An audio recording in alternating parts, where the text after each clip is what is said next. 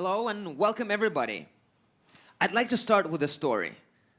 This year, I was isolating and self-isolating myself for 4 months and have discovered something quite phenomenal. On about 4th or 5th day, I found this room in my house that I've never visited before. And it had this tall thing, kind of like a table.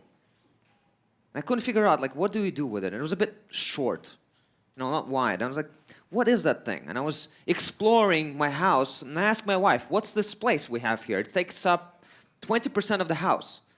And she's like, it's actually the kitchen. I'm like, oh, wow. What do you do here? Well, actually, all the food that you get, it comes from here. That was very impressive. I started exploring in this COVID pandemic what it means to cook. Later, I also discovered in my house that there's a garden. And it's like a shop, right? In the shop, you pick stuff up. But in the garden, you can also pick stuff up, but it's a bit more hard. You have to pull it out of the ground or take it from the tree. But basically, I have rediscovered food. And I learned that you can cook food. You can do all kinds of things. You can bake. I started baking and learned how to bake my own sourdough bread. And I think a lot of people, thanks to the situation we are in the world today, are rediscovering food. They're rediscovering what it means to actually go back to the roots and really understand where does this food come from, what's in the food, what are the ingredients like, what is good for you, what is not so good for you. And I think that is why it has become very important for me personally to go on a journey of rediscovering what it means to have good food on our table and what it means to do it sustainably for our planet. And I think this is crucial for us to understand and explore.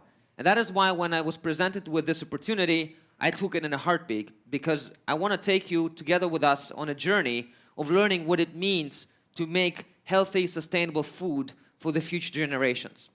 My name is Dmitry Sarle. I will be your host for today, and I would like to welcome you to the EIT Food Accelerator Network Helsinki Hub Demo Day. Thank you all for being here. Woo! Excellent. So we're going to go on a journey of exploring food. And to do that, first, I would like to invite Mirva Lampinen, up on stage. And she is the lady that really made sure that we're all here tonight. She is the one behind the energy of this accelerator, this Helsinki Demo Day, and also Food and Beyond, and basically everything that has anything to do with food at VTT. So please, Mirva, come on up on stage. Thank you so very much for being with us. Thank you so much about your nice words. So, as Dima said, my name is Mirva Lampinen, I'm Helsinki Hub leader. But how I became this position, that's a different story. It's actually quite exciting. I joined VTT 2 years ago, and one of my main jobs is actually create to Finland a food-related ecosystem. Easy job? Nope. It's actually something where you have to start dividing ecosystem. How many of here actually knows what ecosystem means? I hope that all of you know. And I hope also the people who are actually watching this streaming to know what ecosystem is. It's a people. It's a combination of people who are working together. That's the definition of ecosystem. We are working together, making something better. We are not able to do that alone. We have to work together. And for us Finns, working together is not always the easiest job. So what I was thinking, how we are able to make this happen? We have to actually create a community. And that's the story behind Food and Beyond. We started to build a community.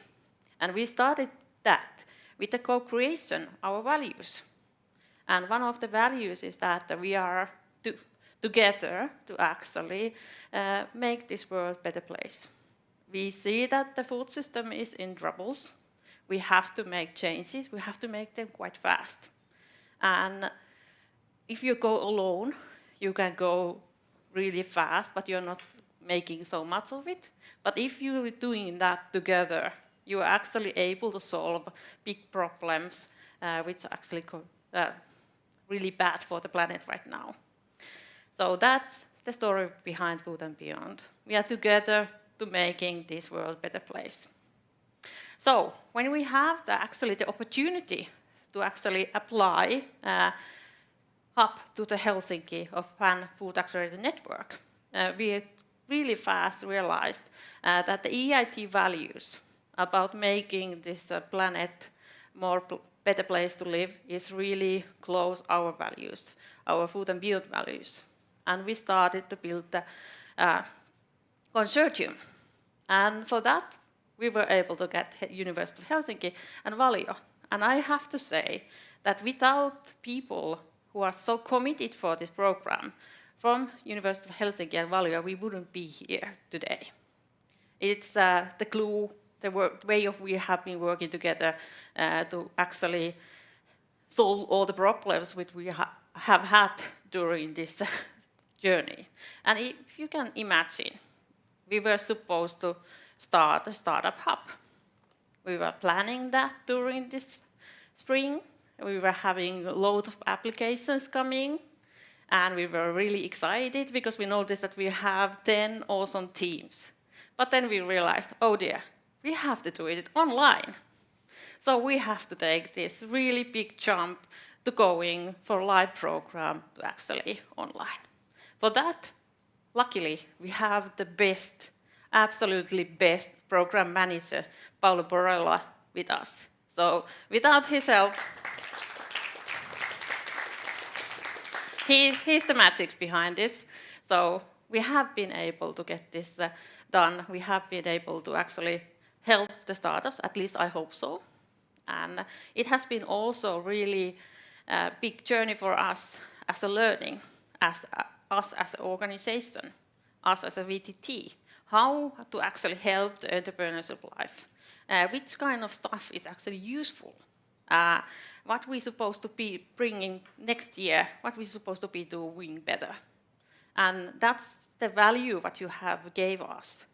We are much more wiser after this year, and we are much more bolder also when we are promoting for the next year.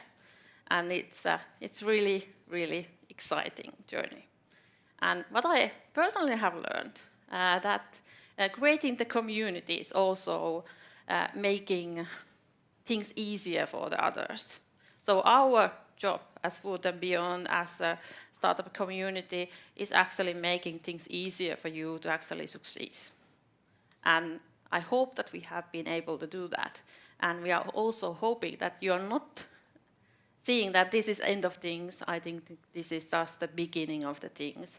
And we are continuing this work for the next year's hub, and also with the Food and Beyond as the bigger picture. So thank you. And I really hope that you are having an exciting day today. The startups are going to have their pitches, and they are going to be the best what they have ever given. It's actually quite exciting to be here in the state. And I will welcome next to hear actually something really exciting also about the consumers, because the consumers are the ones who are making the difference. We also have to tempt them to make the choices that are good for the planet. And for that, we have a really great speaker to coming from the University of Helsinki. And we also will hear from the startups how the futures is going to look like. And I'm always talking about the futures because we really don't know how the future is looking like. But we might have a sneak peek out of it for the next couple of hours. So thank you, and really, really welcome to our demo day.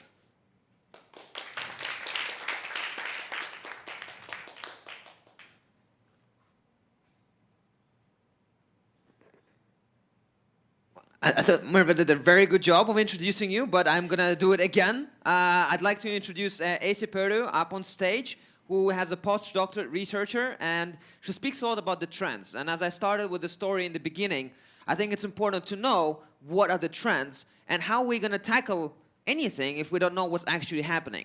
And for that, I hope that Esi will tell us where we need to go.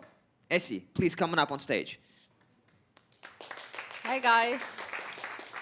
I'm very sorry to let you down already in the beginning because I'm not able to tell you exactly what happens in the future, but obviously actually the startups are in the key position to have an effect on what will happen in the future.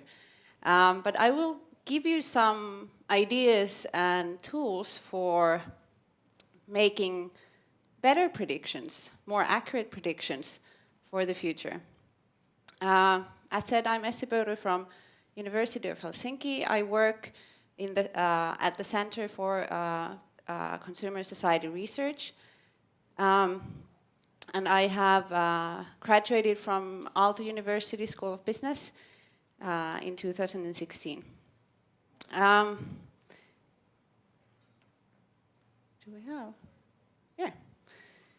So, as you know, timing is essential for startups to determine whether or not their products or services will succeed in the marketplace.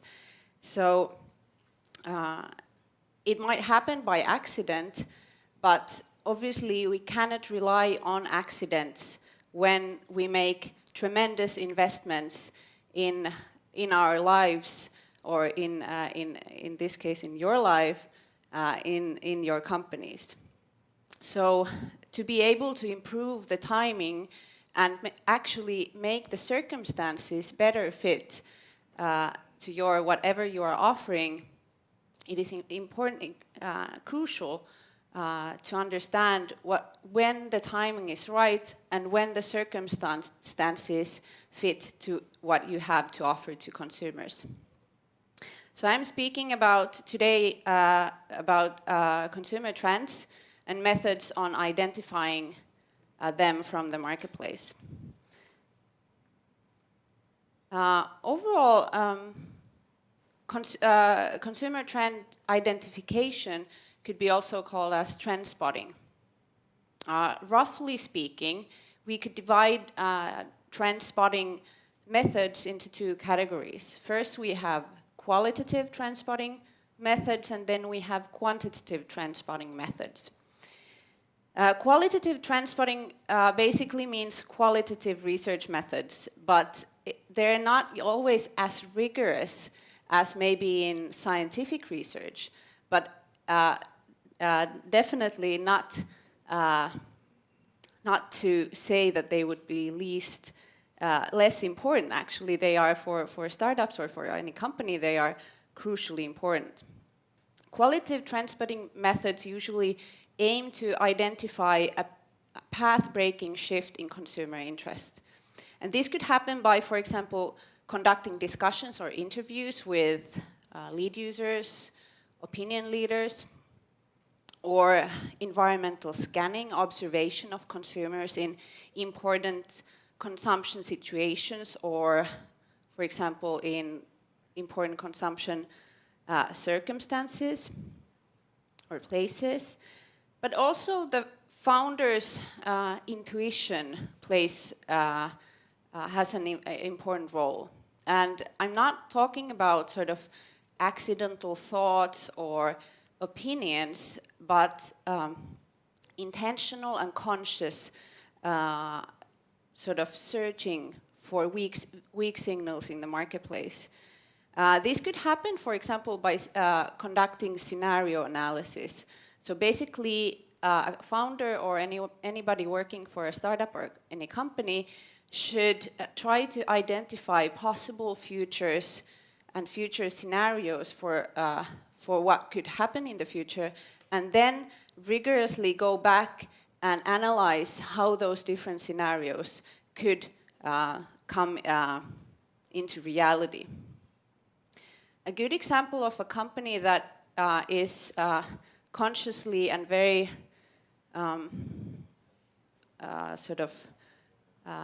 evidently effective and successful in qualitative trend spotting is Nike. Nike tries to identify really important cultural shifts to remain relevant in the marketplace and in the minds of consumers. They, for example, observe and collaborate with artists, underground cultural leaders, pop culture.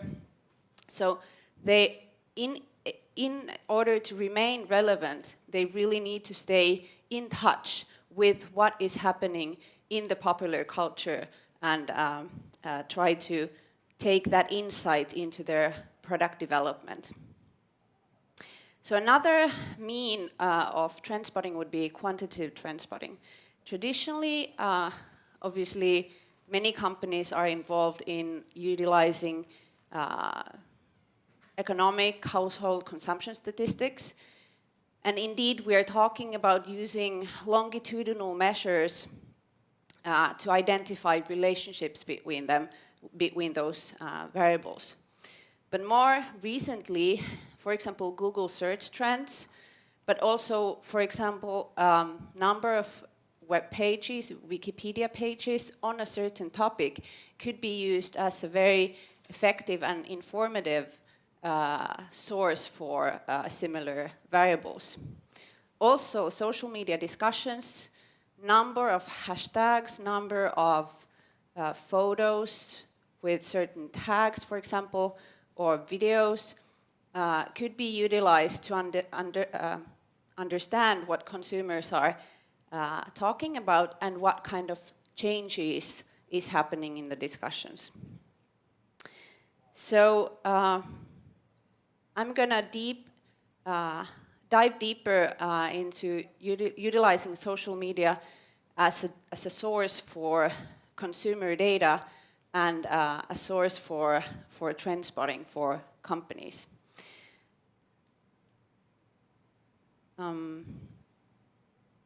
So in academic research, there has been multiple studies that have used social media as a data source to explain and in some cases predict what happens in the so-called real world.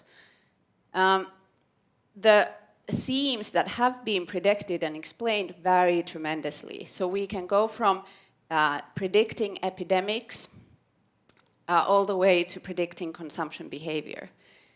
And obviously, sort of outside actors, such as a single company, have a very different kind of ability to have an effect on these different themes. So a company obviously does not have an effect whether an influenza epidemic will occur or not, but on the other hand, they can have an effect on a single consumption trend. So they sort of go from, on the bottom, we have the themes that we as outsiders have the least effect, to the top where we as outsiders could actually have an effect on what will happen in the future. I will give you a few examples of these research findings. It has been found that, for example, influenza-related Twitter messages can be used to predict an outbreak in a local influenza epidemic, especially in the beginning of the outbreak. On the other hand, with regards to share price changes, research has found that number of blog posts and number of online product reviews can be used to predict changes in stock prices. And with regards to consumer behavior predictions, research has found that there is a relationship between mentions of, for example, movies have been quite often utilized to predict changes in consumer behavior with regards to social media data. So if a certain movie is being talked about online, those mentions can be used to predict how well the movie will perform in the box or on the box office. However, oftentimes the research has focused on single products and single brands when making those predictions. And for that reason, we conducted, together with my colleagues, we conducted a study where we tried to see if social media can be used to predict a larger consumption behavior, a larger consumer phenomenon. Oops.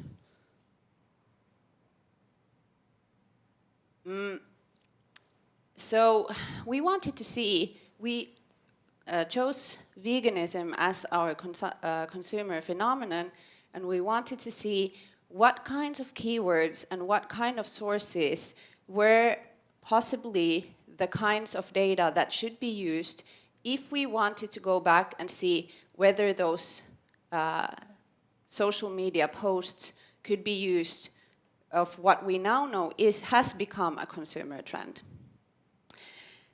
Specifically, we chose plant-based milk products as a sort of example of product category that belongs to the vegan sort of category. Obviously, other products also are vegan and could be counted there, but for example, vegetables are part of the diet of non-vegans as well. But plant-based milk products, at least in the olden days, were not that often consumed by non-vegans. So we chose two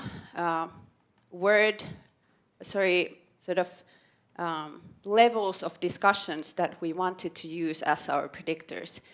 First, we made a group of keywords that concerned the products. So for example, keywords such as oat milk or soy milk were used to represent the product discussion level. The other level that we chose as a predictor included the discussions that related to the phenomenon overall, so using keywords such as vegan. However, these were conducted in Finnish, but just for you to also understand everybody who's non-Finnish speaking. So we wanted to see which of these discussion levels had a stronger effect on whether or not they could be used to predict the rise of the vegan phenomenon. As a dependent variable, so what we predicted was the sales or changes in the sales of plant-based milk products. We were lucky enough to use data from the S group here in Finland, and our data ranged from 2012 until 2017. And as we can see, the overall sales of plant-based milk products, which included in our case, for example, milks, creams, yogurts, cheeses, spreads, and ice creams, over 200 different products, the overall sales of those products increased a lot during this time, especially going from 2015 to 2016. There can be seen a significant increase in the sales levels. At the same time, obviously, also the number of different products that were offered in S group stores was also increased, but the change in the sales levels was not explained fully by only the increase of or offered products.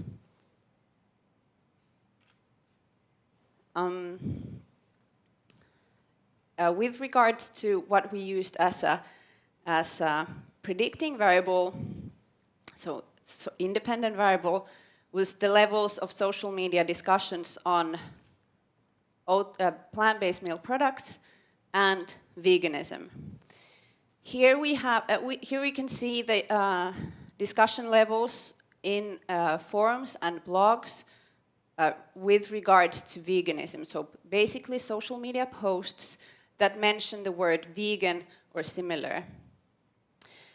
We use blogs and forums because obviously in 2012, for example, the social media channels that are popular today weren't popular back then. So we need to use a source or channel that's consistent, that was consistently used during this time. However, we now know that blogs have reduced in importance, but still in 2017 they were quite relevant. Overall, the discussions increased during this time, as we can see, but based on our time series analysis, we concluded that especially forum discussions on the phenomenon, so forum posts that mention the word vegan, for example, did relate to the sale of plant-based milk products on a weekly basis.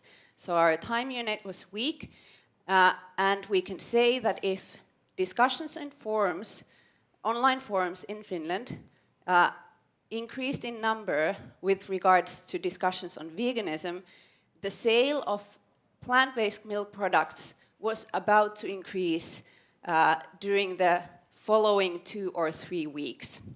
So those forum messages can be used to explain the changes in sales, but however, if we wanted to predict methodologically a bit different thing, we cannot really use social media discussions as the best predictor, but instead the sales levels on the previous week was the best predictor of the sales level of the next week.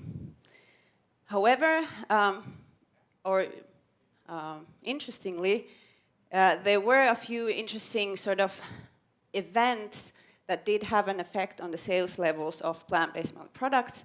And for example, in Finland, every January there is the so-called vegan challenge that is sort of a hot topic on social media at that time.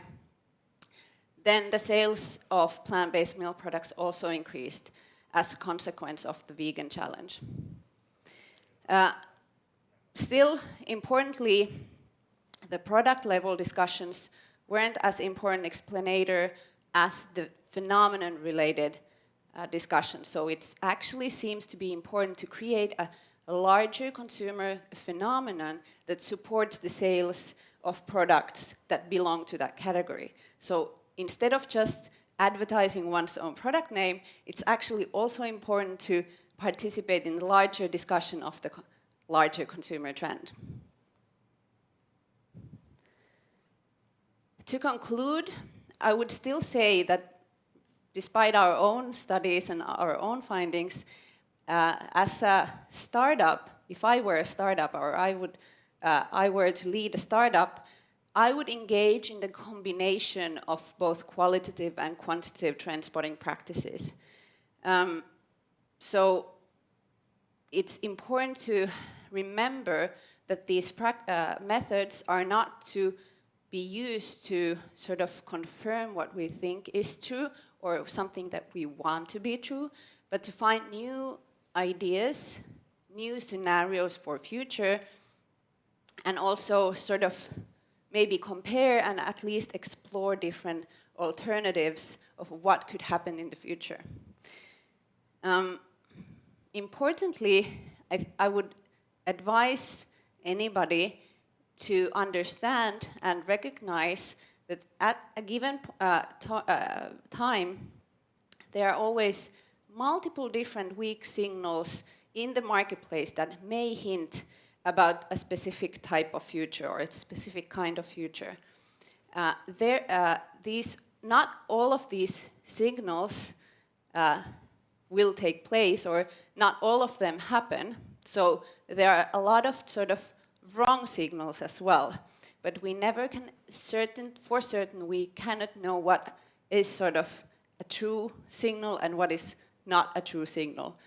So therefore, companies need to bet on certain scenarios, certain futures, and then start actively contributing to making that bet sort of the winning bet. So therefore, companies need to actively engage in the marketing of that future that supports their own product and their own sort of view of what the future should look like. And instead of just going with what they want to be true, they need to make sure that it will become true. I think I have time for a few questions if you have any, but I would like to thank you for your attention, and please do make questions if you have any. Thank you.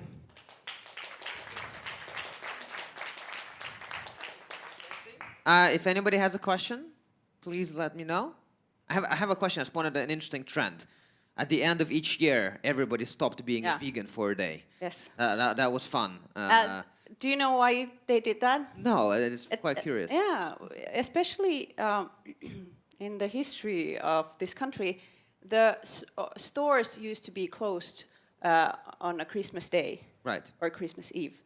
And therefore, I wonder if I can go back. No? So because the stores were largely closed, then nobody could buy anything. So everybody stopped eating, I guess, because they couldn't go to the store. Especially in 2013 and 2014, the drop in sales was much bigger during the Christmas time as they were in 2015, 16, and 17, because then the regulation of the stores was released, and therefore people could buy something on the Christmas Eve as well. So that's sort of the boring explanation. But overall, the consumption of any food increases just before Christmas because people need to buy a lot of food. Buy more and prepare for the holidays. Yes. Thank you so much for your presentation. I found it fascinating. It did not let me down. I learned a lot, and I also feel that we live in an age when data is the new oil. So if you go into the data, I think there's a lot that can be found. But I also liked how you talked about the weak signals and the qualitative approach, and really looking and talking to people and trying to feel the market and making some bets. Exactly. Because I actually agree with you in that sense. I believe that an entrepreneur's job is to look into their version of the future and make it a reality today. Exactly. And if they are able to do that, then they're a good entrepreneur. Exactly. So thank you so much for reminding us of that fact, because it's going to be very important for us on the journey that we're going to be on today. Thank you so much for coming and joining us today. Thank you. Thank you, Essi. Okay, we're moving on with our program, and we're getting to the core and the most important, the most interesting part. But before that, I'm going to give you a number, and the number is 60. Does anybody know what that number is? It is not my age. 60 is the number of harvests that we have left before we completely and utterly beep our planet. 60 harvests is all we have left before the planet might get destroyed because of how we use and cultivate our food. 50% of land, 50% of production, might be completely affected by climate change. 20% of land might be degraded, and 70% is the number by how much we will need to increase our food production capacities in the next couple of decades. We also consume about 30% of energy on food production, and about 20% of emissions are caused by the food industry. Of course, we need to eat, and we need to do that sustainably, but if you ask me, this needs to stop, and this needs to stop right now. And I'm very happy to be on this stage because I think the 10 companies that you're about to see are not just startups. I wouldn't want you to look at them as just companies and startups. I would like you, whoever you are, to look at them as potential solutions. Potential 10 solutions to the problems that I have just mentioned. And I think if we look at them closely and help these companies, then we might have a chance to make a break for it and change how we live our lives. These are not normal companies that make Instagram filters and try to make a lot of money. They actually try to change the world. So I think for them, it's not just about raising money and making a $1 billion exit. It's about really changing how we live in our world. And I hope that whoever you are, again, listening or watching us, if you like these ideas and if you want to help, anything helps. Contact them. Find people who can connect to these companies and help them become their employees or partners. Tweet about it. We have our own EIT fan hashtag. Tell the world about these companies and spread the information, because if we unite, we can do something great. But to do that, we also have help here today, because we invited people who know the industry and can help these companies evaluate their ideas and bring them to the next level. They're called judges.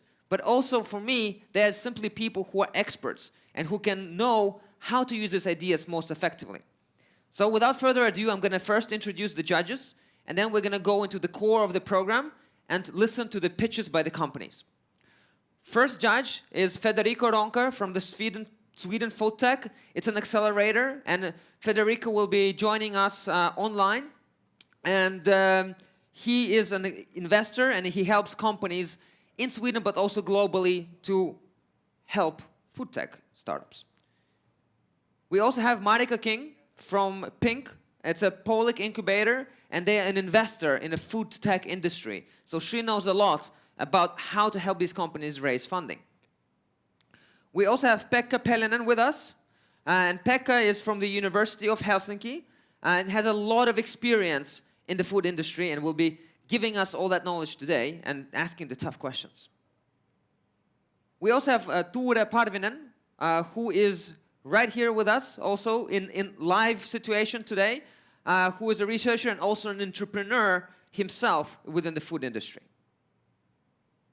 Last but not least, Christoph Mandel will be joining us today from EIT Food, and he is in charge, basically, of all the food network accelerators that we are a part of. So we are in Helsinki, but he is coordinating all of them, so he knows not only about our companies, but also all of them, and he'll be helping us today. So these are the judges. Please give a warm welcome to all the judges, and thank you all for making it here today.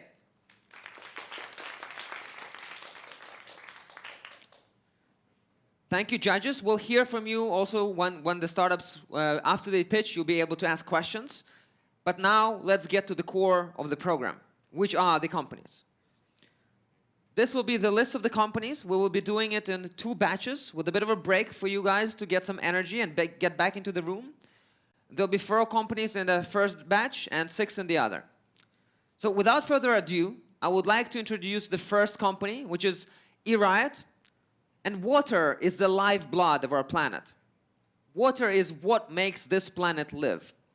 And this company is going to tell us how to help us save water while growing delicious and amazing food. So, EIT, please welcome up on stage. The floor is yours. Thank you. Thank you very much for that introduction. Ladies and gentlemen, my name is Johan Wendt, and I'm here to introduce you to EIT, which stands for Irrigation Internet of Things. EIT is a wireless irrigation automation platform, and while using our system, farmers can save up to 50% of the water used for irrigation, and at the same time increase the crop yield with 30%. We have a very solid team consisting of 3 co-founders, Mikai, Alex, and myself. We have a background in tech, startups, and entrepreneurship. On top of that, we have an advisory board consisting of people from farming, from design, from Rockefeller Food Foundation, from the academia, and from the tech side. The problem that we are set out to solve is that about 70% of the fresh water consumption in the world is done by the agricultural sector. And this is where the most water is wasted and the greatest savings can be done. Traditional irrigation techniques are still very common, and they are very ineffective, manual labor heavy, and lots of water is being wasted. And due to the challenge with water scarcity, the concept of precision irrigation has been developed. Precision irrigation is all about maximizing the crop yield while minimizing the water usage. And is centered around a central computer that is called a controller that knows exactly what, when, and for how long to irrigate. This is nothing new. This has been around for the last 30 years, and this is how it works. You have some kind of field, you have an irrigational infrastructure. When you want to automate it, you install your controller. After that, it's time to start digging, a lot of digging, because you need to dig down your wires very deep, all the way to the magnetic valves. And if you don't dig them down deep enough, you will break them with your tractor or when you're plowing. And so this is in theory. In practice, if there is a river or a road or some rocks or a forest between your controller and the field, you simply can't automate your field. This system has so many disadvantages. First of all, it's extremely expensive, it needs electricity, it's not scalable, you can't relocate it, and you can only use 1 or 2 sensors, ending up in a very low precision. Let me introduce you to the future. EIT is completely wireless. So you install our controller that communicates using LoRa. Now LoRa stands for long range radio, and we can communicate up to 5 kilometers. In the field, we have our remote stations. So the controller sends out irrigational commands to the remote station. The remote station have two tasks. The first task is to receive and execute the irrigational commands. The second task is to gather sensor data and send that back to the controller. And based on that sensor data, new irrigational decisions will be taken. Our solution is completely wireless. It's very easy to install. It's basically plug and play. Of course, it's run by solar power. It's scalable. You can relocate it very easily, and you can use almost unlimited amount of sensors, resulting in a very high precision. The best of all, it costs about 1/3 of the wire-based systems to install. Let's talk a little bit of the evolution of irrigation. From the manual labor to the sprinkler to what's been around up till now, the simple time scheduling using wires and simple sensors. The future, as we see it, is completely wireless. Of course, run on solar power, using multiple sensors. We work through the cloud and we gather big data. In the future, we will develop AI and machine learning. Now, what you see on this slide is the complete ecosystem of EIT. And in the green circle, you see a standalone system that will work anywhere in the world. We can literally place EIT on the moon and it will still work. If you add internet connectivity to our controller, you will also have multiple users work with weather data. You can use external sensor data, gather big data, and plug in external APIs. We have a fully developed software that allows you to take full control of your irrigation from wherever you are. You can get access to irrigational log and get notifications or alarms if something would get wrong. Today, we have a market-ready product that we just started to sell in June this year. We have over 30 installations worldwide, and we have built a reseller network in Sweden, Norway, Denmark, Germany, and Israel, and we are scaling up fast. So the controller and the remote stations, that is our platform. And from there, we are expanding. I will give you two examples of projects on how we are expanding from that. People talk a lot about food waste today, but actually one of the hidden factors when it comes to food waste, one of the largest, is happening already on the field due to frost damage. Actually, farmers risk to lose up to 70% of their crop yield due to frost damage. And this is not only a phenomenon in Finland, this is a global phenomenon. We received this year a huge grant in order to develop frost protection irrigation, and this is how it works. So when the temperature drops below a certain point, EIT will start to irrigate.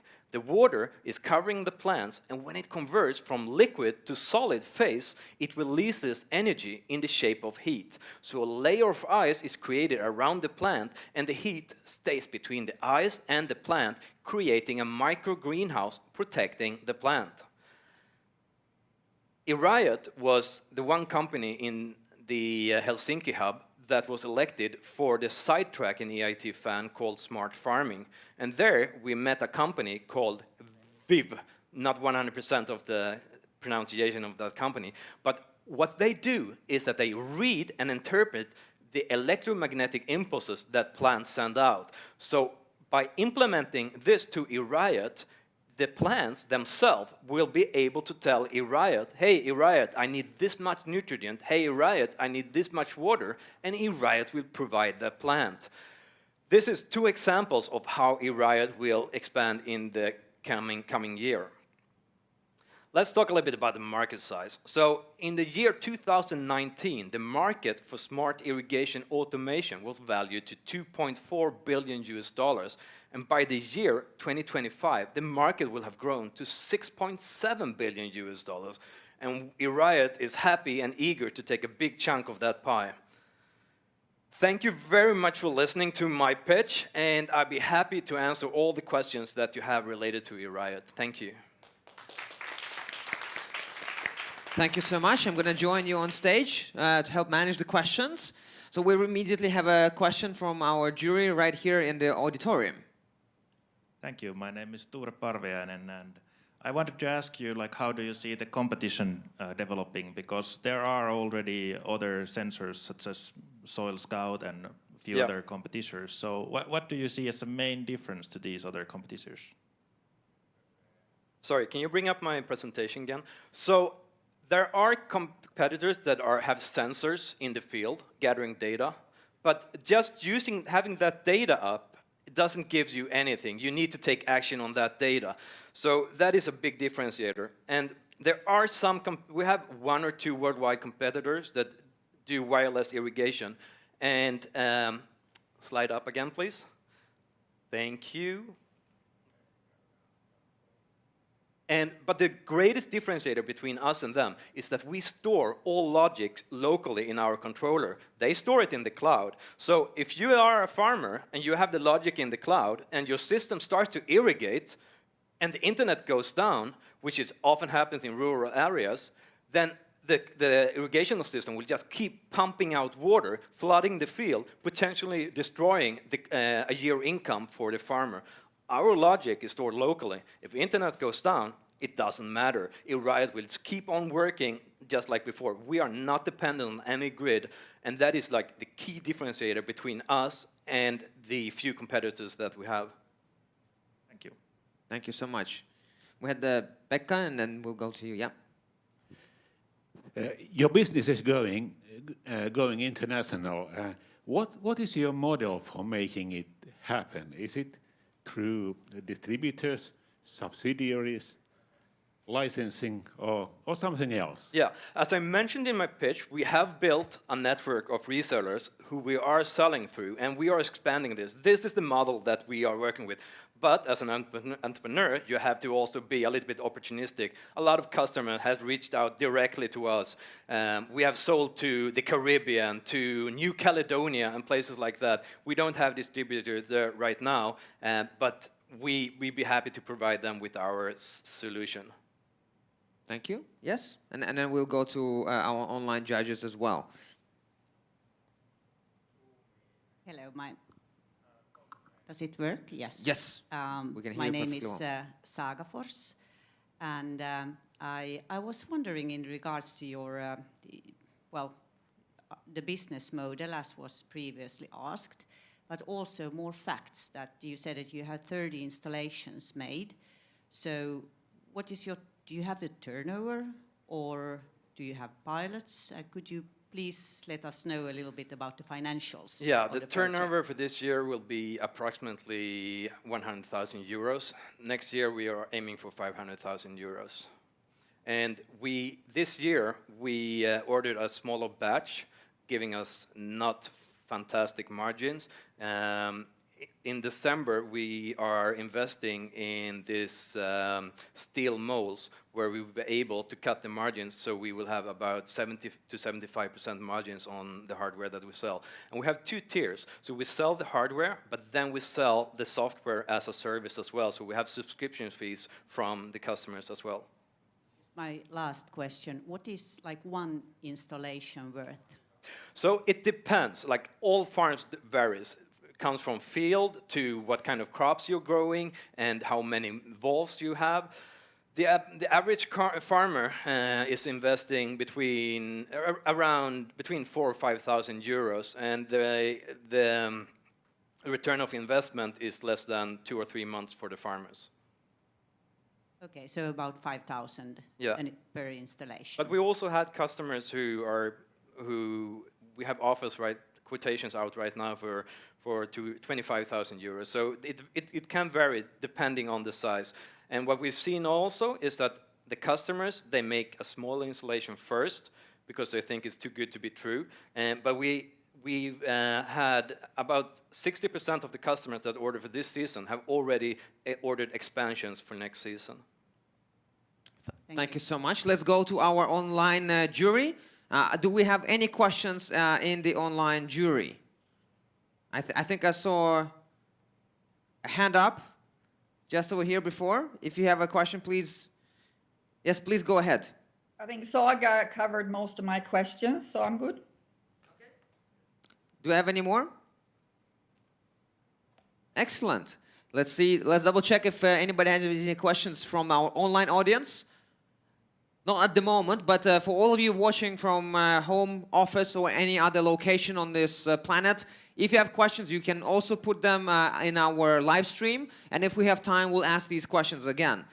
One question I have for you perhaps is about your team. So can you share a little bit more about the people you're doing it with? Absolutely. Mikai, who is our CTO, he spent about 20-25 years at Ericsson. I don't know if you dare to mention Ericsson here when Nokia not doing so well, but he is an expert when it comes to the LoRa network. Alex has started several companies in the past, scaling up to having millions of customers. My background comes more from the non-profit sector, where myself I started and built Europe's largest after-school program, where we tutor kids in mathematics and coding for free. Up to 1 million kids are studying with these non-profit organizations right now. And from that, I wanted to try something new, so I went more to the commercial side. Cool, excellent. One other thing that maybe I'm going to build on your question. When it comes to the cost, what is the cost of a single irrigation unit, right? Because they're kind of split up into units, right? Yeah. So I guess you have the cost for the main controller and a cost for a single installation, right? So just to understand what we're talking about here. A controller costs 2,000 euros, and the remote stations 250 euros. And customers today are ordering one controller and between 5 and 10 of the remote stations. But we also had people buying many more remote stations. So it really varies from farmer to farmer. And how scalable is it? Is there a max limit on how many No, stations? it's not you can have? extremely scalable. Right. So one controller can operate up to 32 remote stations and one remote station can operate 2 magnetic valves. If you have more valves, you just plug in one more controller and suddenly you have double the amount of valves that you can operate. And this is continuously. In the software, in the system, it will still work as one solid unit. Perfect. Thank you so very much for your pitch and all the answers. That was great, and best of luck to you. Thank you so much for joining us. That was a great start to our show. Continuing on, we are going to talk about a different topic. And I think that if we are going to solve the problems of our planet, that perhaps figuring out things using the planet and using nature is one of the best approaches to do that. And when it comes to fungi, they already gave us a lot. They gave us penicillin, many antibiotics, a lot of inventions. But Mike Arena is going to tell us what they are going to do with fungi and how they are going to help us to save this planet. So I'd like to welcome Anton on stage to tell us about their company, Mike Arena. Please welcome them.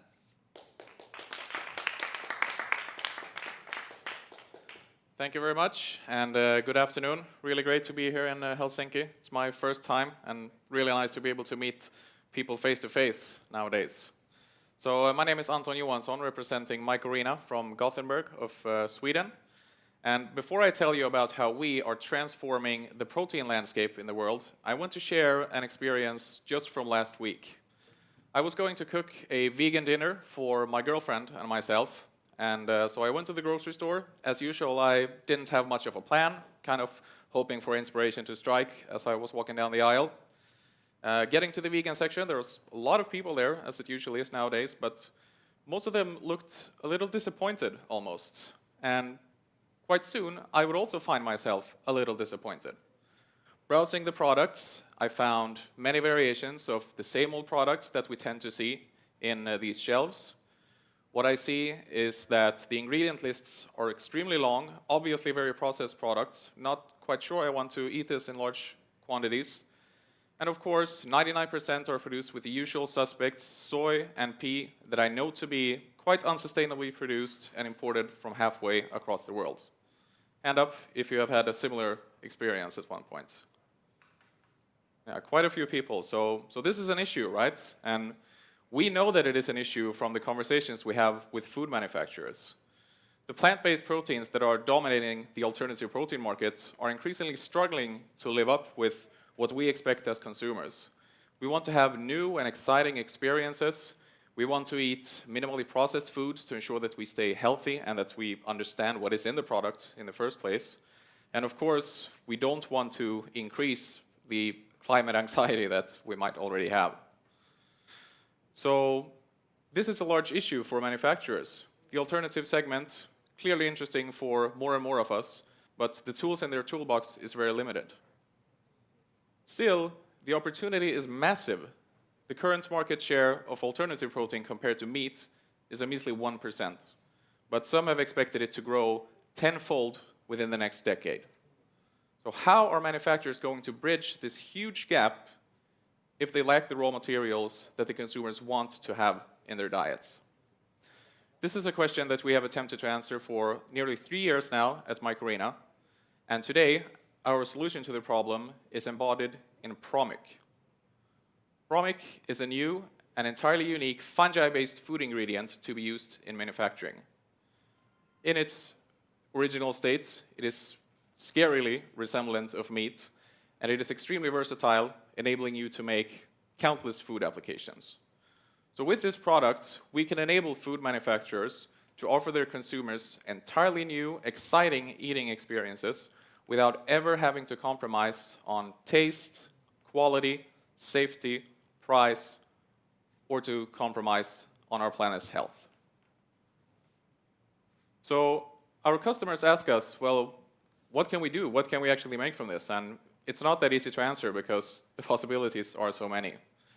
My favorite part of the work week is when our dear product developers come into the office, letting us desk rats taste the newest creations they've made. Just in the past few weeks, I have tried new burgers, sausages, meatballs, jerky, bacon, cookies even. Every time I am amazed by how well they taste, and if I didn't already know it from before, I would never have guessed that they all come from one single unique ingredient. And to also know that these products are packed with protein and are able to be produced anywhere in the world locally, it's just, it kind of takes me back, even though I've been working on this for quite some time now. Behind the scenes, where the magic happens, we have our innovative fermentation technology. Fermentation, of course, is an ancient knowledge, but when you introduce the quality and efficiency of modern industry, you can really make special things happen. Using cheap and abundantly available raw materials and carbohydrates, we can convert that into a value-added protein product, and one full production cycle only takes 24 hours to complete. The process is extremely efficient in terms of raw materials, water, land.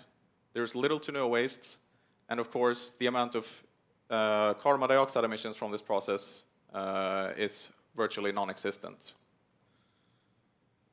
And with this technology, we are currently producing in modest amounts, and besides selling it, of course, ongoing to our prospective customers, we are investing a lot of time and efforts on doing product development, developing food concepts for us to showcase to the customers, this is what you can do. These are the possibilities with these entirely new materials.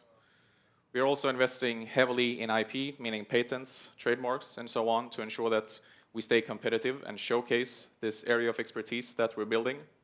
And if you're like me, a bit risk-avert, and you're wondering about the regulatory status, I can calm you down and say that so far so good, we have everything under control. So with this technology, in our business model, we are collaborating very closely with the food producers, helping them with our knowledge of the product and what you can make of it, to allow them to put their magic touch on it, create the creations they want to make. And besides earning revenues from the sales of Promic at around a 50% gross margin, we're also building strong relationships with these actors through co-branding, marketing relationships, but also, of course, a very powerful presence in the market by collaborating with the big names. And this business model has worked very well for us so far. We have more than 25 customers who are ongoing testing iterations of Promic products, although we have more than 100 who are inquiring, so we are quite pressed for capacity. Several are paying a very handsome price to be among the very first to get their hands on this product. And so far we are delighted to say that the reviews on how it behaves when you cook and when you work with it has been very positive. The main thing is that they would ideally want to have larger amounts at higher speeds, but that is something for the future that we are working heavily. So it's a pleasant challenge to be faced with. Now, of course, fungi is not the only option when it comes to bridging this gap in the market that I was talking about previously. There are many options, and all of them have their own advantages and disadvantages. But we genuinely believe that fungi, and more particularly Promic, is well positioned to take a dominant position in the market. Largely, consumer acceptance is already there. We have all eaten mushrooms, which are kind of the cousins of the fungi that we use. As I mentioned before, the regulatory clearance is there. And because our technology is so incredibly scalable, versatile, and adaptable, it is very easy to push this product into the market quickly. And for our own sake, the fungi that we use is unique, exclusive to us. We have isolated it, and we own it ourselves. And of course, our growing portfolio of patents and other IPRs is part of the strategy to ensure that we can stay competitive in the long run. And these are the people that I feel blessed and proud to come into the office with every single day. Our company was founded by Ramkumar Nair, who is the founder and CEO of Mycorrhiza, and he has succeeded in putting together a team of some of the most ambitious, hardworking, creative people I have ever met. And we truly do push ourselves every day to be the best versions of ourselves, even though it's difficult for me to keep up with these people. And of course, the fact that these people also have the necessary skills we need in order to be successful to acquire global spread of Promic is a very nice bonus, of course. But of course, we are far from satisfied. There's plenty left to do. And that is why we are currently working to scale up our technology and our production to industrial volumes. And by the end of 2021, we will have constructed the first industrial plant for production of Promic, which will have an initial production capacity of 60 tons per year. The expansion possibility will be there from the beginning, allowing us to produce more than 1,000 tons in a span of a few short years once the technology is validated. This would correspond to annual revenues of approximately 5 million euros at the full expansion stage of this plant. To do this, of course, we are in need of many things, capital being one, resources, and primarily also to add on to our stakeholder network and the Mycorrhiza family. And for that reason, we are interested to get connected with you, investors in the crowd, and joining us online. We are soon about to initiate our Series A round funding, which we aim to close in the first quarter of 2021. And the purpose is to construct the industrial production plant to really get us growing with our growth prospects, but also to continue investing heavily in IP, product development, and our sales capabilities to make sure that we have the knowledge and the commercial assets that can support this rapid growth in our technology. So if you are a food tech-focused VC who want to fund and support the scaling of the #1 protein source of tomorrow, I would love for you to reach out and join us in transforming the protein landscape. And you can reach me at my name at mycorrhiza.com. You can find us on social media, and we would love to be in touch. Thank you very much. Woo! Thank you for your presentation. Let's get to it and ask you some very tough questions from our jury. Yeah, hope so. I'm looking for both online and in presence. If anybody has questions, please raise your hand and I'll be aware. Ture, please go ahead. Yes. My question is about supply chains. You mentioned that your strategy is basically to work together with other companies in the formulation of the products. So how actually your product is usable in the current supply chains? Do you supply it as a powder, or how do you see this developing? I mean, one thing is good that at the fungi as such, as it comes out of our process, is that it's very closely resemblant of meat. So of course, it's a very attractive option to be able to use that to create meat replacements with minimal processing. Of course, in some cases, customers will want other formulations like powders and so.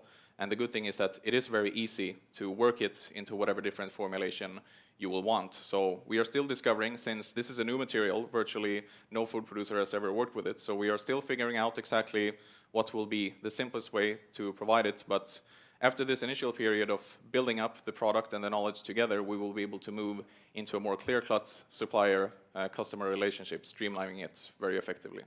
Thank you. Thank you. Thank you, Ture, also. Checking online. Please. Do we have a question from online? Somebody had a hand up, I think, for a second. Marika, please go ahead. Hello, great to meet you again, Mike-Orina. I've been very fortunate to taste some of your products, which were very tasty, so that's all good.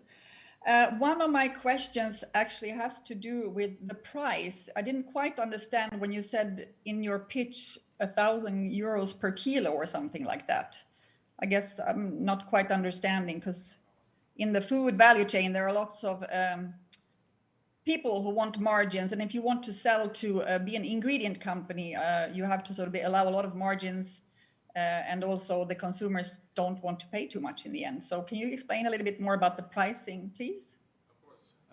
So this price is what we are currently able to sell for in order to provide very small samples for trials, which is doable because there is so high demand at the moment. But of course, moving with scale, it will be a necessity. Even though we are confident that our product is far superior than what currently exists, of course, the gap can't be too high. So we don't expect to be fully price competitive with soy and pea. We don't think we have to be either.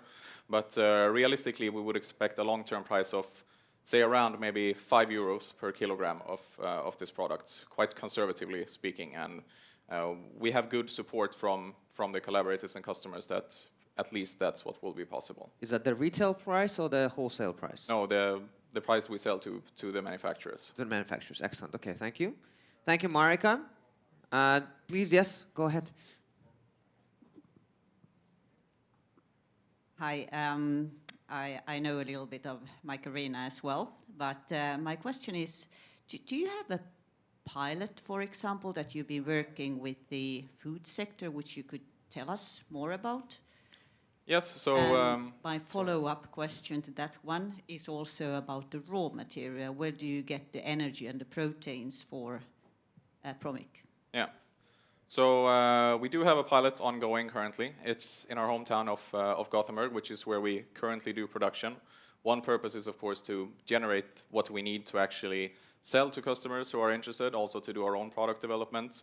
But it also increasingly functions as a type of showcase facility, a test bed for companies to come and work with us to see what we can do and so on. And when it comes to the raw materials, I mean, from a regulatory but also from an efficiency perspective, it is possible to work with off-shelf carbohydrates such as sugar and starch, for example, which is beneficial from, as I said, regulation, safety, and so on. But what we have seen in the history is basically that it's possible to use virtually anything that contains carbohydrates, meaning that in a more visionary perspective, it's also possible to use byproducts and side streams from the food industry itself as a raw material, or anything else that basically has sufficient carbohydrates for the fungi to grow on. So a lot of additional potential there for both price or cost and sustainability as well. Thank you so much. Thank you, Anton. Thank you for the questions. We ran out of time. Thank you for your presentation, and I can't wait to taste a little bit of your mushrooms and get cooking. Thank you so much. Thank you. All right. Moving on to the next solution. And with this one, what I have to say is that once I started cooking, and now that I know where the kitchen is and I cook a lot, I have figured out that every time I have to throw something away, a little bit of my soul dies inside. And unfortunately, it's sometimes extremely difficult to tell if a product is still good or not. So hopefully, in Ascentia, the next startup coming up on stage will solve that for everyone. With that, I'd like to welcome Eric up on stage. The floor is yours. Thank you so much. Thank you very much. So hi everyone here and everyone watching online. It's great to be back on a real stage again. My name is Eric Månsson. I am the CEO of a Swedish company called Innocentia. And basically what we want to do is that we want to change how we label our food. It seems like a small thing, but it's actually a really, really big problem and an area with great potential in the food value chain. We started off the company a couple of years back by one of our founders getting sick when eating bad meat that he had picked up from the store.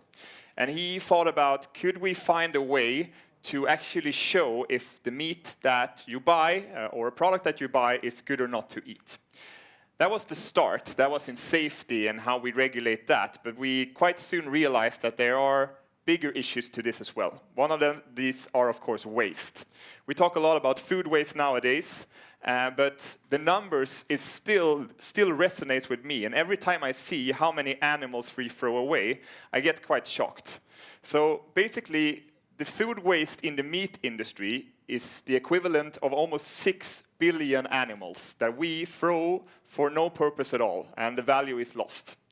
And about 10% of this comes from the way that we label food. So we can't solve this all, but as you all know, we need to be a number of players who solve these issues in the value chain. But let's look a little bit on what the problem actually is. Well, the way we currently label food and label meat, we put a date on it. It's a static date that doesn't change. It doesn't change if something happens to the cold chain. It doesn't change if you treat it in the wrong way. It's basically there as we set it. You can't get a safety status in real time to know if the product is good or not. And you're basically unable to connect it in any way to any type of platform or digital way to track the food from farm to fork. So there are various problems, and there's also various needs. But as I said, we throw away about 20% of all the food produced. That's about $200 billion US annually worth. There's a lot of people getting sick. About 23 million people fall ill every year from eating bad food in the European Union.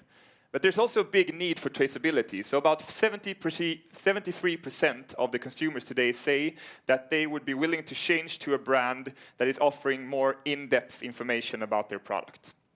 So that's the problem. But what's the solution? And that's why we're here, to present what we think is the future of how we label food, our dynamic labels.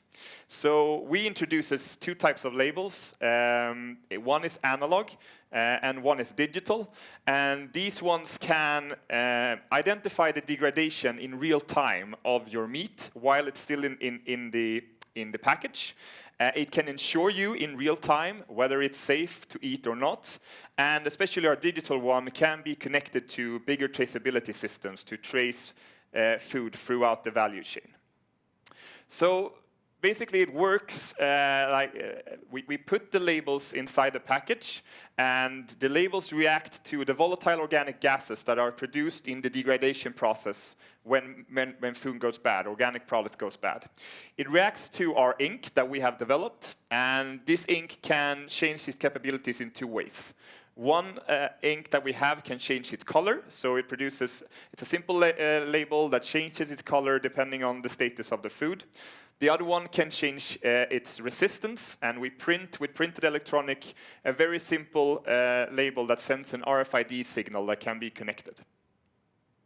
So what kind of value do we produce with these products? Well, there's immense value to be tapped into.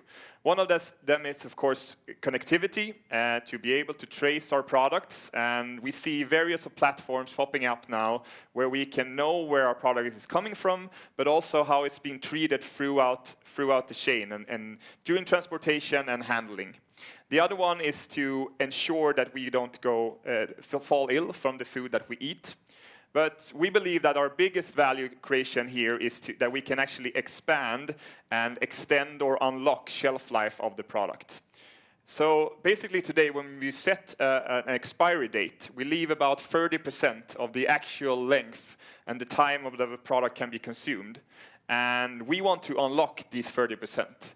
Because if the value chain is there, if the temperatures are held throughout the transportation, there is immense possibilities to actually use the product in its full length.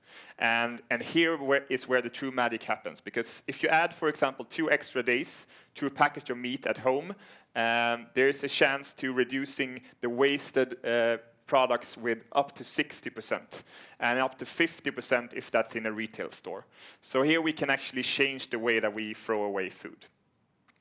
So how do we make money out of this? We need to, because we're a company. We want to change the world, but to be sustainable, we need to earn some money as well. And we sell the analog label per label to food producers and packaging producers throughout the world. And the digital one, there we have the same sort of solution, but can also add a model where we add data and subscriptions for the data that we produce. And the market of this is enormous. We've been looking on the potential revenue for only the analog label that we sell per label, and we see a potential revenue in Europe of about 270 million euros, a bit bigger in the US, and the global market is estimated, there is an estimated revenue of about 1.4 billion euros. So it's a big market out there, and this is only for our analog label. So the question is, are we alone? Are we the only one who has discovered this? Well, basically, no, not really, but there are various players doing different things. We can see here on this slide, on your left, there's a lot of companies that is measuring temperature. So temperature sensing and sensors is a big thing in the value chain. And we different from them by measuring the actual gas concentration, the actual status, instead of a proxy. And compared to our competitors that is measuring gas, we do both analog and digital labels. So most of our competitors would do one of them and look into one of these, but we have a vast product portfolio that we work with. And we have not only spent time in the lab the last year, we also been talking a lot to the market, and we now have ongoing discussions, partnerships and LOI with big market players that is super interesting to start investigating and using our products. And we're moving into an interesting phase now with pilots during early next year that I will come back to. But the interest is both here in the Nordics, but also globally with players like BRF in Brazil and Smithfield Food in the US that is super interested in what we're trying to do. It wouldn't be possible without a great team. We are based both in Sweden, me, myself, and my colleague Pelle, together with a bunch of students and interns, and a couple part-timers as well, leading our partnerships and market efforts from Stockholm. And we have our Research and Development Center in Hyderabad in India, where we actually develop the ink and the products. One of our co-founders, Rambabi Atluri, that you see here, is one of the founders of the company. He's now heading a great team of engineers down there towards securing the ink and developing that. And as I said, we're moving into a very interesting phase right now, where we're very soon producing and presenting our first prototypes. From there, we will be heading into piloting in the beginning of next year together with some of the partners that I showed you that are interested in looking into this. And we're also moving towards doing a new investment round, a seed round, to take us to the market in the next 18 to 22 months in the beginning of next year. So basically what we're trying to say is that it's really time to start changing the way that we handle food. Not only eating food, but handling food, labeling food. And we have a technology now that we really believe in and that we think can be this change that we need in the area. But it needs for all the actors to come together. It needs to be producers, it needs to be retailers, it needs to be investors, and it needs to be consumers that we talked a lot about today, that are willing to take the step to start testing this and change the way that we look at that single date and that single label in the future. So now we're welcoming all of you to join us, of course, but especially producers that want to be a part of creating this future, but also investors that are passionate about the area and want to join us on our journey forward. We will be raising somewhere between 1 and 1.5 million euros, depending a little bit on how we set the strategy in the beginning of next year, and we're really hoping to see some of you joining us there that's here today. So by that, I thank you a lot for listening and hope that you will join us in enable this paradigm shift in the way that we label food that we so strongly believe in. Thank you very much. Thank you so much. May I join you? Yes. All right, I can go to this side this time. Perfect. Exploring different sides of the Yeah, stage. it's nice. It's nice. Okay, do we have any questions from either online? Let's try online quickly first. Federico, please go ahead. Hi, Eric. Very nice to see you. A very good pitch. I would like to ask you something more about the pilots, if you can share. So where you will start, what's going on, and which kind of meat are you going to focus on to start with?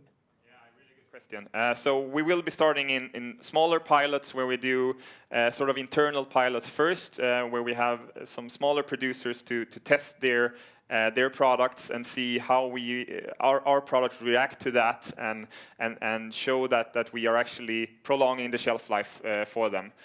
We will be starting with looking at especially poultry, but also minced meat that we will be looking into in a start. These are two high volume products that we believe will create the biggest impact. We see in an area of more beef products that are now being packaged in new types of ways that is already prolonging the shelf life quite much. We believe that in the poultry but also minced meat area there's a lot to do where we're still in the tray packaging that we can help the most. Thank you. Thank you for your question. Let's go to Pekka here. Yes, actually two questions. First, about the labels. Are they fully compatible with existing production and packaging lines? And the other question is about IPR. How do you protect your IPR? Yeah, two really good questions. Thank you. So the packaging integration is a very interesting area where we believe that we have to really take down the barriers to implement this in already existing production. We are working now closely with a few different packaging suppliers to find the best way of implementing this, because it's not as easy as a usual label that you can strap on the outside. We need to actually implement it into the package, so with the plastics. And the number one sort of alternative we're working with right now is to integrate it together with the plastic directly, which means that we won't have a big impact on the actual process as it's looking right now. So that's the one we're taking, but we are still in development, so and it's one of our most important development phases to get that. I see that one. And the IP, we have two IPs, one for both for our digital label, and we're working to file the IP for our analog, and we will be filing it before New Year's this year is the goal. And the digital one, the first one is approved in the US, in Europe, and in China, and the second one is still in PCT stages, so we haven't got the final approval yet. So that's how we're working with to protect us in the world. Okay, great. Yes, please. Sorry, I always have questions. It's quite interesting. Yeah. It's Anyway, a good thing, you know. A lot of the time I'm in an audience and I have to bribe them to ask questions. So it's very good that you have questions. Yeah. So anyway, I have a few others, but I go straight to the point. You said that you're looking for 1 to 1.5 million. Yeah. What is the valuation, and what are you looking for when you, except for money, of course, but when you are hopefully choosing investors? What are you looking for? Yeah, and it's a very straightforward question. Thank you for that. And about the valuation, this is actually one of the first times that we go out and say sort of the range where we're looking for money. So we haven't set the exact valuation yet. We will be looking maybe between 7 and 10 million euros. And that's the first one. What was the second question again? What we're looking for, sorry. So yeah, basically we are definitely looking for competence and how to scale up. How do we take something that has been a great product in the lab that we now have prototypes of, but to take that actually to the market. So someone who is close to the market or has sort of experience of upscaling, but also how to sort of develop the team. So I would say a lot of competence we're looking for, beside the money, of course. I feel like if we listen to what Esti was giving us in the morning, one of the things perhaps you could be doing is actually working with the regulations. If you force everybody to do it, you know, that's one way to make sure everybody actually does it, and making sure that they don't actually have a choice. We have unfortunately run out of time for your presentation, but that was very interesting, and I'm sure there'll be opportunities to talk to you during the break, which is happening soon. Thank you so much, Eric. Thank you. Okay, now we're going to be talking about something else entirely, but something familiar already. Because we already talked about protein, but I feel that that is one of the key points of trying to figure out where to source it and how to do it. And the more sources, the better, if you ask me. But to give us one additional opportunity, we're going to invite Bertrand up on stage from Tebrito. Bertrand, welcome. Thank you. Thank you. Good afternoon. I'm very excited to be here. So I'm very afraid of forgetting. So before I start, I want to thank the EIT Food Accelerator Network for the support we have got, for the opportunity we have. A big thank for that. I'd like also to start with a picture. Some people like to look at a fireplace. I love to look at this beautiful picture. I think it's very nice, it's immense, it looks like limitless, but it's not. I was born in the 70s, and at that time, our planet was providing enough resources to sustain my parents' lifestyle. Today, unfortunately, we would need 1.5 planets to sustain our lifestyle. We consume so much resources so fast that as early as July, we have already depleted all the resources that the planet can renew in the course of 1 year. So this problem is not going to go away by itself. Unfortunately, it's only going to get worse because the population is increasing, demands are increasing, the diets are changing. So food production and an efficient food production system is one of the most stringent demands that is posed on our planet. Basically, we need a bit more of everything. We need more fish, we need more meat, we need more feed to feed these animals, we need more water, we need more land to produce these crops. So what we need is innovation in that field, but innovation that does not build on more resources or extra resources. We need to be more efficient. And this is exactly what we set out to do at Tebrito. We build our solution on already existing resources. We use discarded vegetables. We use residual streams from, for instance, the cereal industry. We go as far as using biosludge from the pulp and paper industry. This is also truly innovative. So we make the most of what is already out there, and we use insects as catalyst to upscale this low-value biomass into high-quality products. It comes from fertilizer, so plant nutrition, also to high-value protein products, animal nutrition and human nutrition. Why do we choose insects? Because basically, in protein terms, it's equivalent to the traditional protein sources that we already have. It's the same amino acid profile as beef. But insects are so efficient in feed conversion rate that it comes with the same quality, but for only a fraction of the price tag, the climate price tag. Does that mean that we are going to offer you and propose a burger on your diner plate tonight? Not exactly. First, because I see some looks. Not everybody is ready for that yet. And second, because there might be even some smarter things to do with it. It's such a fantastic product that on each of the segments where we operate, we offer an alternative to a negative solution that we are using today. On the plant nutrition segment, we offer an organic fertilizer that has the same yield, but also enables soil regeneration. On the animal nutrition segment, then we substitute very detrimental soy products with insect protein that has the same quality in nutrition terms, but also contributes to the reduction of antibiotics use. On the human nutrition segment, we also can take away some of the traditional protein that we use at a very high climate price tag with the same versatile possibilities of utilization. And by the way, insect protein has positive gut health impact. So why do I mention so much human nutrition? Because you might have heard of insects companies before, but they are all stuck with the same segment. They all stop on the feed nutrition.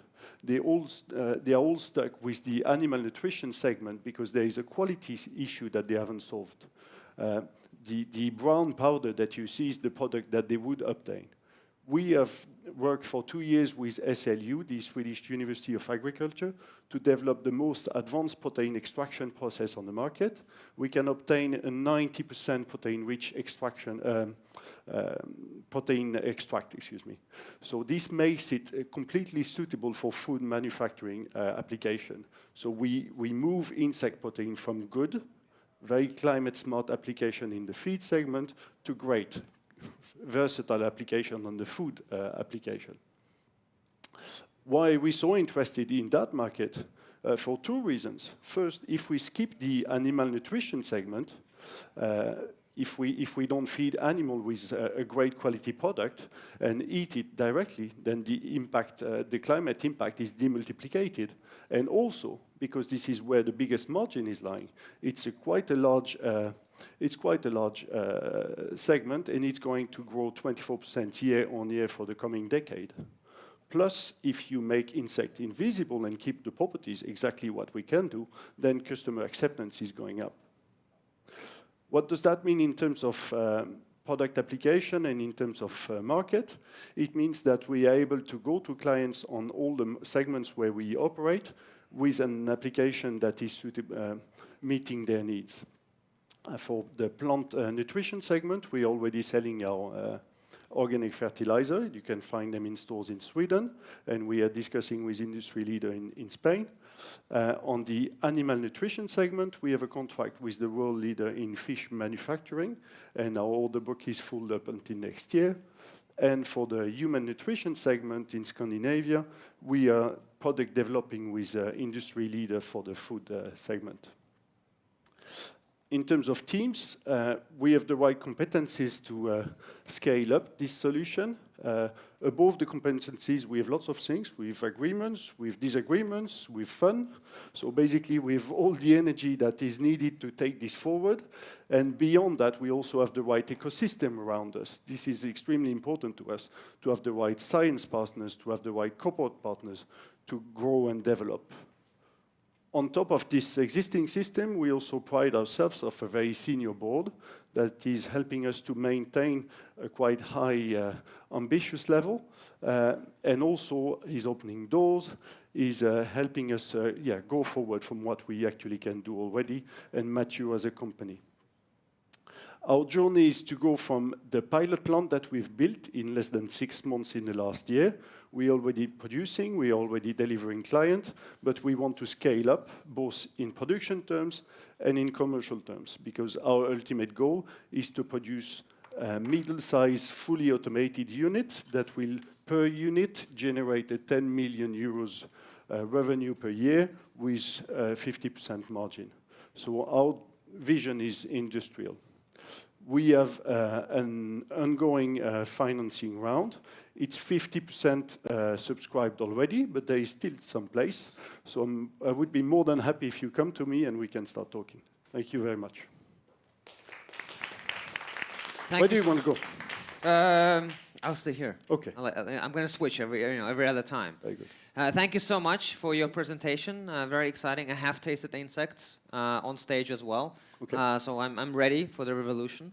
Let's see if there's any questions from our jury, either online or offline. Ture, please go ahead. Yes, so I have a question related to regulation. How do you see these insect protein isolates being allowed in the consumer market?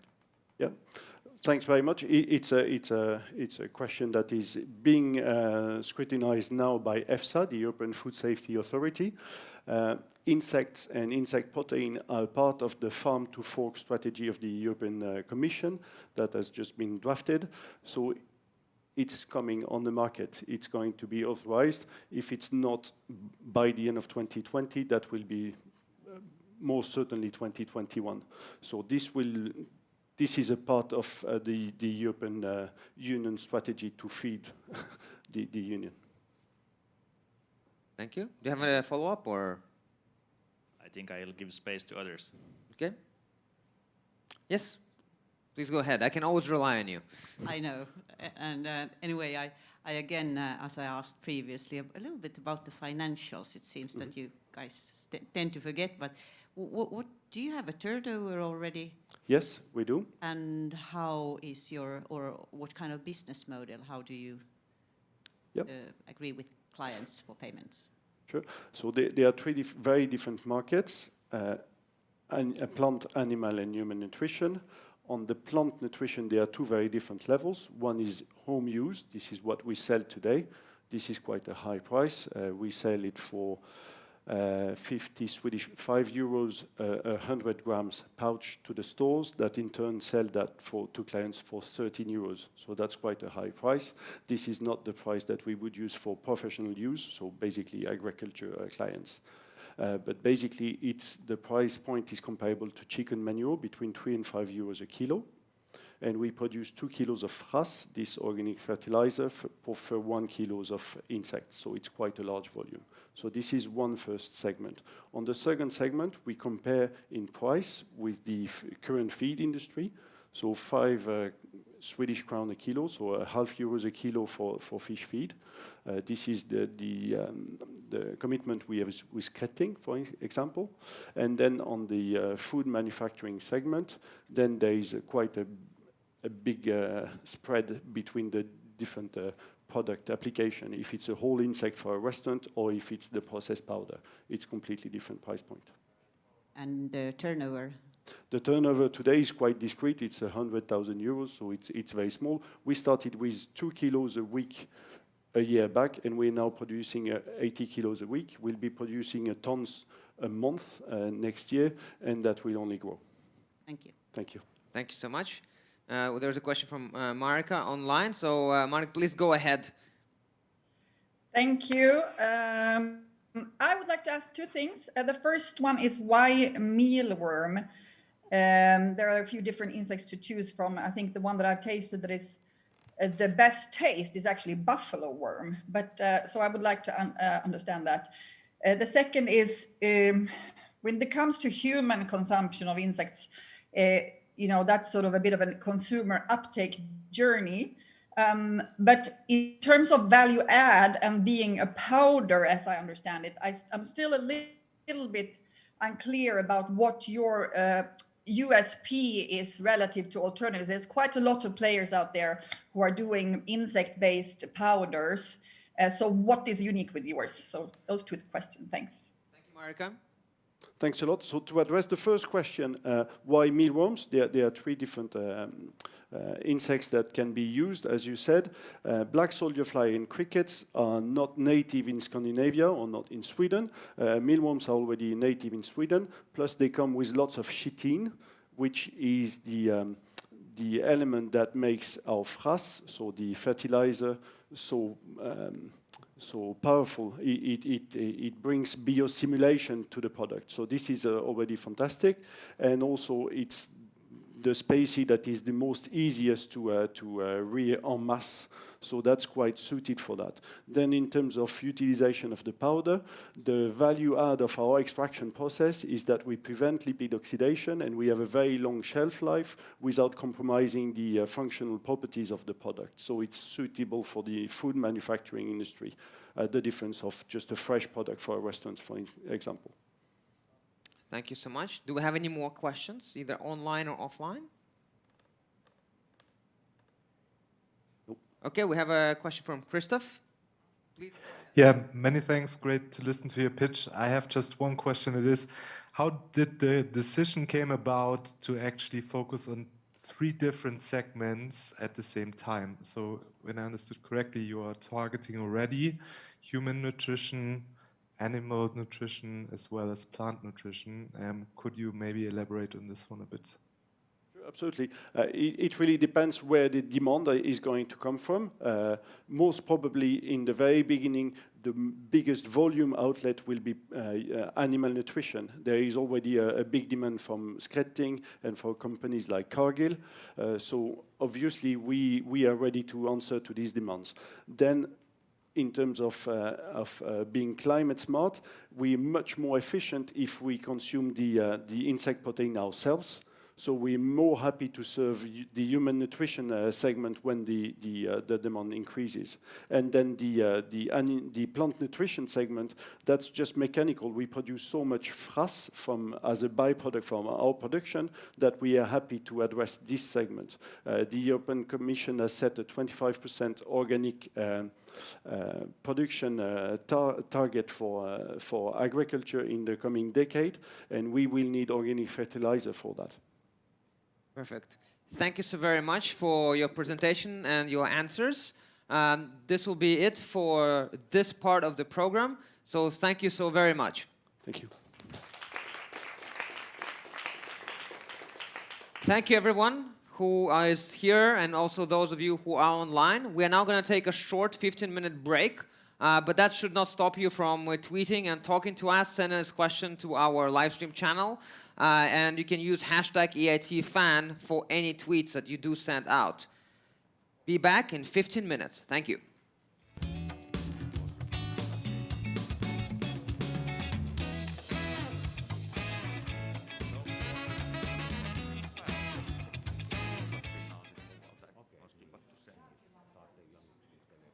Okay, welcome back, everyone.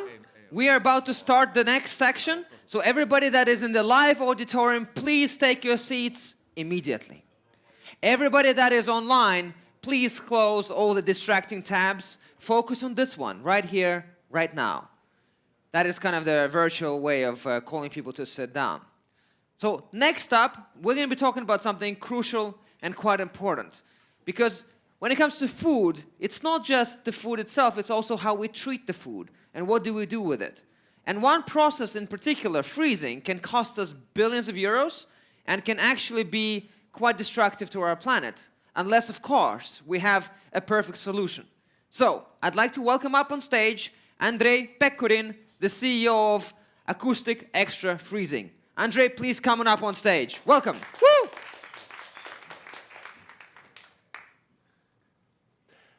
Hello, everyone who is online and here at the epicenter. You probably know that frozen food is not very tasty. For example, if we freeze raspberry, it becomes sour and mushy. Have a look, please. This raspberry was frozen with acoustic extra freezing technology and then defrosted, and it is sweet. I have taken this photo in Italy myself and still remember the delicious taste. If we take traditional freezing, expanding ice crystals damage food cells, penetrating them as sharp needles. As a result, we get worse taste, softer texture, and lower nutritional value. Consumers know that very well. The price of frozen fish or meat is 25% or even more lower than for the chilled products. Here is the solution. The acoustic waves control the growth of ice crystals inside the cells, preventing them from damage. No more sharp needles. It's like snow powder inside the cells. After defrosting, fish or meat is the same as fresh and can be sold at the same price level. So what's the technology about? We installed the equipment into industrial freezers. By the way, the acoustic waves do not produce cold. They just shape emerging ice crystals. Transducers emitting the waves are linked by wires to a control unit with high-tech electronics inside. The most important part is software. We have special freezing algorithms for various types of food. And we can customize the solution for clients' needs. What is our competitive advantage? Acoustic extra freezing is the only digital freezing technology with different programs for different types of food. Some Japanese companies use magnetic fields, but still they have only one program, and their equipment costs far more than ours. Now I will give you some real examples from our clients. They can freeze tasty local berries in the harvest season at low price and use them for processing all year round until the next season. They can freeze desserts and distribute it through the conventional cold chain all over the world. After defrosting, customer wouldn't notice a difference with the fresh one. Next example. If you have defrosted fish at home, you know that there is a liquid which goes out of the fish. It's called drip loss. Pescanova, a fishing company from Spain, has identified that drip loss in IF frozen hagfish is almost zero. Now they lose 3.7% of total value of the fish as a liquid. And of course, the color and taste of the fish is far better. Frozen ready meals is a booming segment worldwide. We can freeze almost any combination of main course and side dish. EIT food companies and partners can greatly benefit applying this technology. Food waste is almost zero because the storage life of such products is several months without any loss of quality. Moreover, these frozen ready meals can be distributed all over the world. This is a chance for local communities to get the world know about, for example, tasty and healthy and sustainable Finnish meals. Who are the customers? Food processing companies operating in fish, seafood, meat, poultry, fruits, berries, vegetables, ready meals. What benefits the customers get? Long shelf life, cost saving, energy saving up to 20%. They can increase their revenue by selling products at higher prices. Also, they can enter new markets and introducing new products. The team has a great experience in food industry, engineering, and business. Igor can freeze literally everything. Dmitry is a serial entrepreneur and inventor, and I have corporate background and responsible for international business development. We have sold more than 70 units in 20 countries, in Europe, Asia, and even New Zealand. We got CE certificate, and we got patent pending in Finland this year. We started cooperating with leading manufacturers of freezing equipment in the world. And you can visit our test labs in several countries to freeze your food samples. Our business model is very simple. We sell equipment and services to food industry. Small unit costs around 10,000 euro. And IF module to install into industrial freezer of a medium size costs around 40,000. Also, we charge for services up to 10% of the hardware. We do R&D, software development, and product customization in-house, and outsource most manufacturing operations. Currently, we produce hardware in Russia and Bulgaria. The frozen food market is huge, 300 billion euro. That's the revenue of our potential clients. Global food production of food, for frozen food suitable for freezing, is more than 2 billion tons. Only a quarter of that amount is currently frozen. Our technology can double the market if it becomes an industrial standard. For example, the market of individual quick freezers is 15 billion euro. We aim to reach 7% of the market, aiming at 1 billion sales. The team has been bootstrapping for 5 years, investing more than 2 million in R&D and early commercialization. Here is the good news for investors. We are operationally profitable and got 20+ net profit margin. Last year, we got 350,000 euro revenue. This year, despite the COVID situation, aim to exceed 500,000 barrier. And in a couple of years' time, going to reach 4 billion in revenue. Now we're looking for investments, 4 million euro, to grow sales internationally and scale. We need that money to complete the process of international patenting in many countries and enter US market, the biggest frozen food market in the world. Also, we need to scale manufacturing of big industrial units and run some pilot projects in the States and in Europe, and to grow sale to 4 million in a couple of years. Ladies and gentlemen, acoustic extra freezing is a great opportunity for food industry, for investors, and for our society. Thank you very much for your attention. Thank you, Andre. Don't freeze me. Okay, let's see some questions from anyone, either online or offline. Saga can always save me, right? Saga, let's go straight to you this time. And I won't ask about financials. So anyway, I would like to hear a little bit more about the freezing process itself and also how it differs from traditional freezing. And then the last question to that is that how is the cold chain of delivery? Does it differ from the traditional cold chain of food? Okay, thank you very much for your question. I will start from the second one. Basically, after IF freezing, you put the frozen products into conventional frozen chain because ice crystals are already formed and basically all you need is minus 20 something. That's it. How it differs from traditional freezing?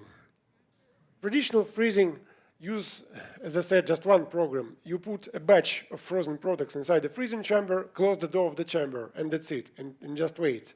In our case, the transducers generate the signals. They deal with emerging ice crystals, do not allow them to grow.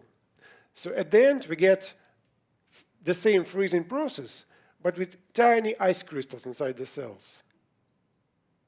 That's the basic explanation. Thank you so much. Ture, I see you have a... You're ready for a question, I can see. Yes, I'm very curious. It seems very interesting. And so what happens actually when the products are defrosted? Is there something that prevents ice crystals forming on that process if it's not torn fast enough, or what happens? Okay, before defrosting, there is a storage stage. After traditional freezing, the process of growing of the crystals is actually continuous. It's called recrystallization. So the bigger the crystals are, the more they attract other crystals. And that also spoils the quality. In our case, during the storage phase, as the crystals are smaller, that actually goes smoother, the whole process. Defrosting is very important for freezing. And by the way, we are working on the solutions in the defrosting as well with our technology. But still, you need to avoid big differences in temperature. Do not put, let's say, into the room temperature from minus 24. So actually, it is industrial process as well, the defrosting one. In our case, you have to defrost meat or fish in temperature close to +3. And after defrosting, you get them as fresh. So they look fresh, they taste fresh, no liquid goes out, etc. The only thing is you cannot defrost vegetables. You need to cook them immediately in frozen form, for example, to fry. Otherwise, it's the same. And one more thing, berries do not live long after defrosting. You need to consume them in a couple of hours or use them for food processing immediately. Excellent. Thank you. Thank you so much. Saga, I'm going to check if there's online somebody first. I see two questions, right? So let's go with Christoph first, and then we'll go to Mark. I have just a small question. It is, how difficult is it actually for the food producers to change or adjust the existing production processes to introduce the technology? That would be interesting. We retrofit existing freezing chambers without the technology, basically installing these equipments into the freezing chambers on the perimeter. And also we add the control unit, which contains just 5 buttons, and that's it. So basically you select a program, press button, and the process starts. Very simple process. Thank you so much. Let's go, Veronica. Yes, hello, thank you. I have two questions. The first one, this price differential of 25%, that is the potential business case for the food producer, I guess.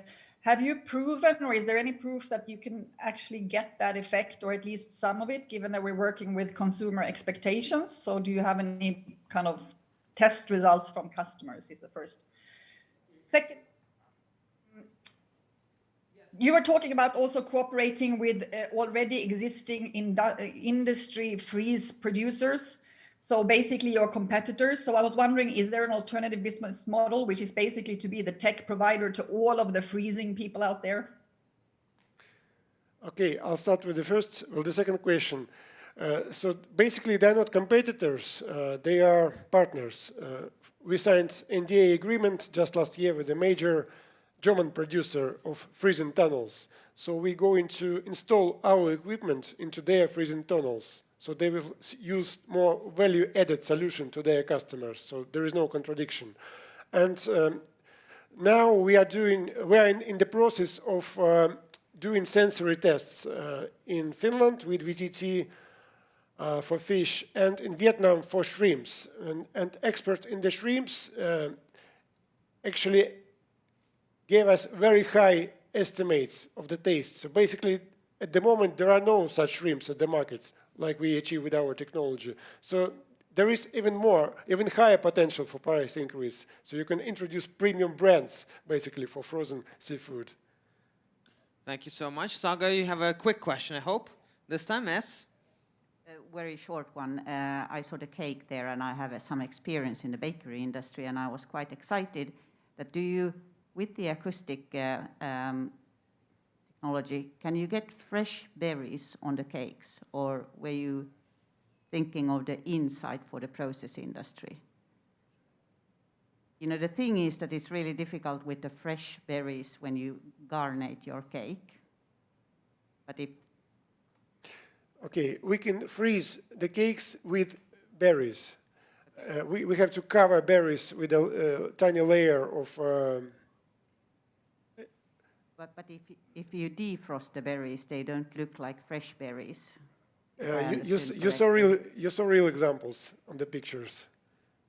We will show you and bring you a sample. It is the best way to convince. Thank you. Okay. So I guess you're saying that you can freeze the berry. We do. And it still looks fresh after defreezing. Absolutely, yeah. Okay. All right. Does it answer your question? Excellent. Thank you so much for your presentation. Best of luck with everything. And yes, warm hand of applause. All right, moving on, onwards and upwards. So next up, we're going to be talking about another aspect of the food chain and food industry, because it's not just about the food that we consume, it's also about the food that consumes the food that we consume, if I said that right. So with that, I'd like to welcome Simo from Enfer Bio up on stage. Simo, please come on up. Thank you.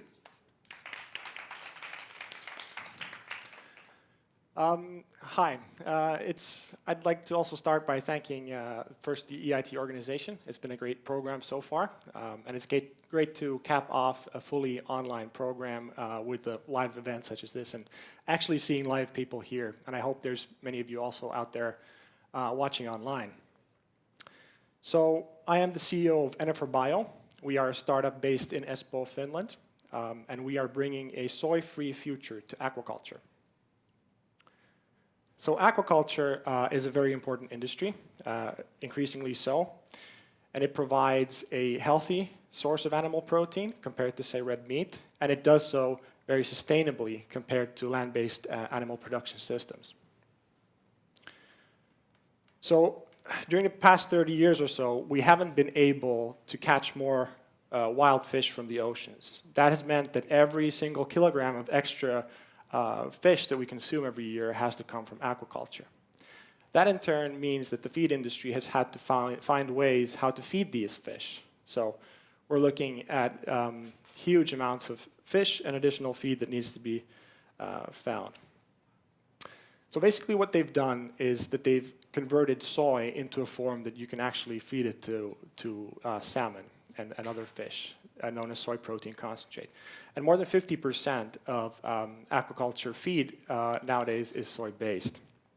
What's the problem with that? Well, essentially, the unsustainable ways of production of soy. So many consumers are aware of the devastation that is wrought by palm oil production in Southeast Asia, for instance.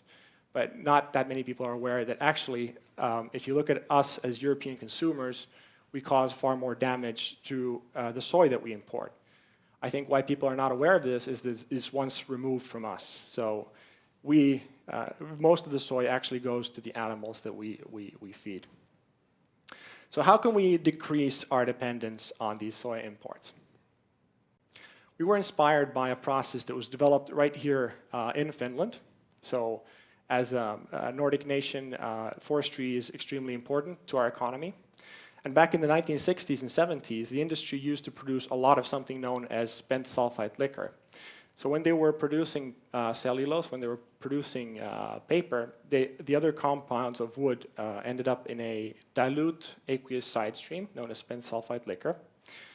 And the Finnish engineers came up with an ingenious solution to treat this side stream. They fed it into a bioreactor where they had a very specific strain of microfungus growing. The fungus consumes the organic compounds from the water, essentially cleaning the water. And at the other end of the continuous process, you can filter the fungus, dry it, and presto, you have a feed product. And this was not just an R&D or university program. This was implemented at 2 sites at industrial scale in Finland and operated for more than 15 years. It has a long, successful track record in industrial operations and also in safe feed use. It was sold as pig and poultry feed. Then unfortunately, in the early 1990s, the process was shut down. Not because there was anything particularly wrong with the process itself, but because the pulp and paper industry changed in a way that no more side streams were being produced. They changed their internal processes. They had developed this process to solve their problem. The problem went away, hence the process was shelved. So that's basically where we come in. What do we plan to do with this so-called Pekilo process? So obviously, since the original side stream no longer exists, we've had to find new ones. And that's what we've done. We've scoured the world for samples, we've brought them into the lab, and we've shown that the process works with several globally relevant side streams available in big quantities today. At the same time, we have the access, we have the unique rights to this original microbial strain. It used to be used in pig and poultry feed, but we've shown that we can actually push the protein content from 50% that it used to be up to 65. That might not sound like much, but that's exactly actually what allows us to enter the more valuable aquafeed market. Our founders have a very strong background in biotech that ensures that we can keep on developing the process and the product also going forward. So is it profitable? I'd like to remind that this is a process that used to successfully compete in pig and poultry feed production. Now that we're entering a more profitable segment in aquaculture, where the product is more than double the price, it's not surprising that we estimate our production margins at 50% or more. So what we're offering is a sustainable, locally sourced alternative to soy protein concentrate at cost parity. So the feed companies don't actually need to pay any green premiums for this. How's our business model? We're a startup going into commodities business, high capital intensive business. So the primary mode of operation that we're planning is to form joint ventures with these big biorefineries. In their scale, these capital investments are not large. We're talking about 15-20 million. It's 10% of a typical ethanol plant, for instance. So we bring in the engineering package, we bring in the technological know-how, the operational responsibility, and we take care of sales of the product. And our partners provide us with the feedstock and also help us raise the capital to construct the plants. Is there competition? Sure. The alternative protein space is very hot at the moment. Here in the upper left corner, you see a couple of the big players, Unibio and Callista. A big differential there is that they actually use a fossil fuel as their feedstock, feeding their microbes with natural gas. Natural gas, of course, at the moment is very cheap. I'm sure they can make a profitable business, but who wants to be feeding fish with fossil fuel in the future? In the bottom right corner, we have several startups working on alternative proteins for aquaculture, but they use either far more expensive feedstocks, say sugar or wood, or a lot more complex processes using CO2 gas-type fermentations. So we are quite sure that we are the only ones who can use a renewable feedstock and produce a product that is competitive on price with soy. And also, we've been able to convince the feed industry, and we are the only alternative protein company that has actually won the Nutreco Feed Tech Challenge just a few weeks ago. That's us. We're 5 co-founders, all of us with a biotech background, each of us bringing in some extra skills, be it in internationalization, marketing, IP management, so on. And we've been able to tap a couple of really key advisors who are heavily involved in the original process, either developing the process controls or actually delivering these industrial plants in Finland. So they know the original process inside out and are going to be very key going forward and reindustrializing the process. How's our timeline? We spent last year essentially in a startup incubator at VTT, where we were able to validate all the key technological assumptions and build our partnerships, which has allowed us now to go forward and agree our seed round financing. The details on that should be coming out in the next few weeks. With that funding, we'll be able to move forward during the next 2 years. There, the key part is carrying out large-scale validation trials in aquaculture. We have all the major aquafeed companies on board, waiting for big samples. And at the same time, we'll be optimizing our process so that in 2 years' time, when we raise our next round, we'll be able to move towards industrialization of the process. With this slide, I just want to show you that it is not a niche solution. We're not interested in something that's going to be a partial solution to the problem. The soy protein concentrate market at the moment is $2 billion and growing fast. Just using a single side stream, vinasse from bioethanol production, we could replace the current market several times over. So it is a scalable solution. So with this last slide, I just want to bring home the message. It's a familiar place in an unfamiliar setting. This is Manhattan, more than 50 square kilometers of land.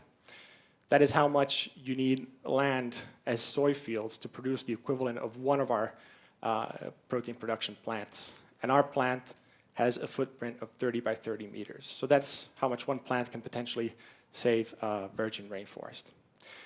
So we hope to find partners to join us on this journey. We're looking for more partners in the animal nutrition segment, partners in the biorefining sector to provide us with feedstock, and also potentially investors going forward in our next rounds.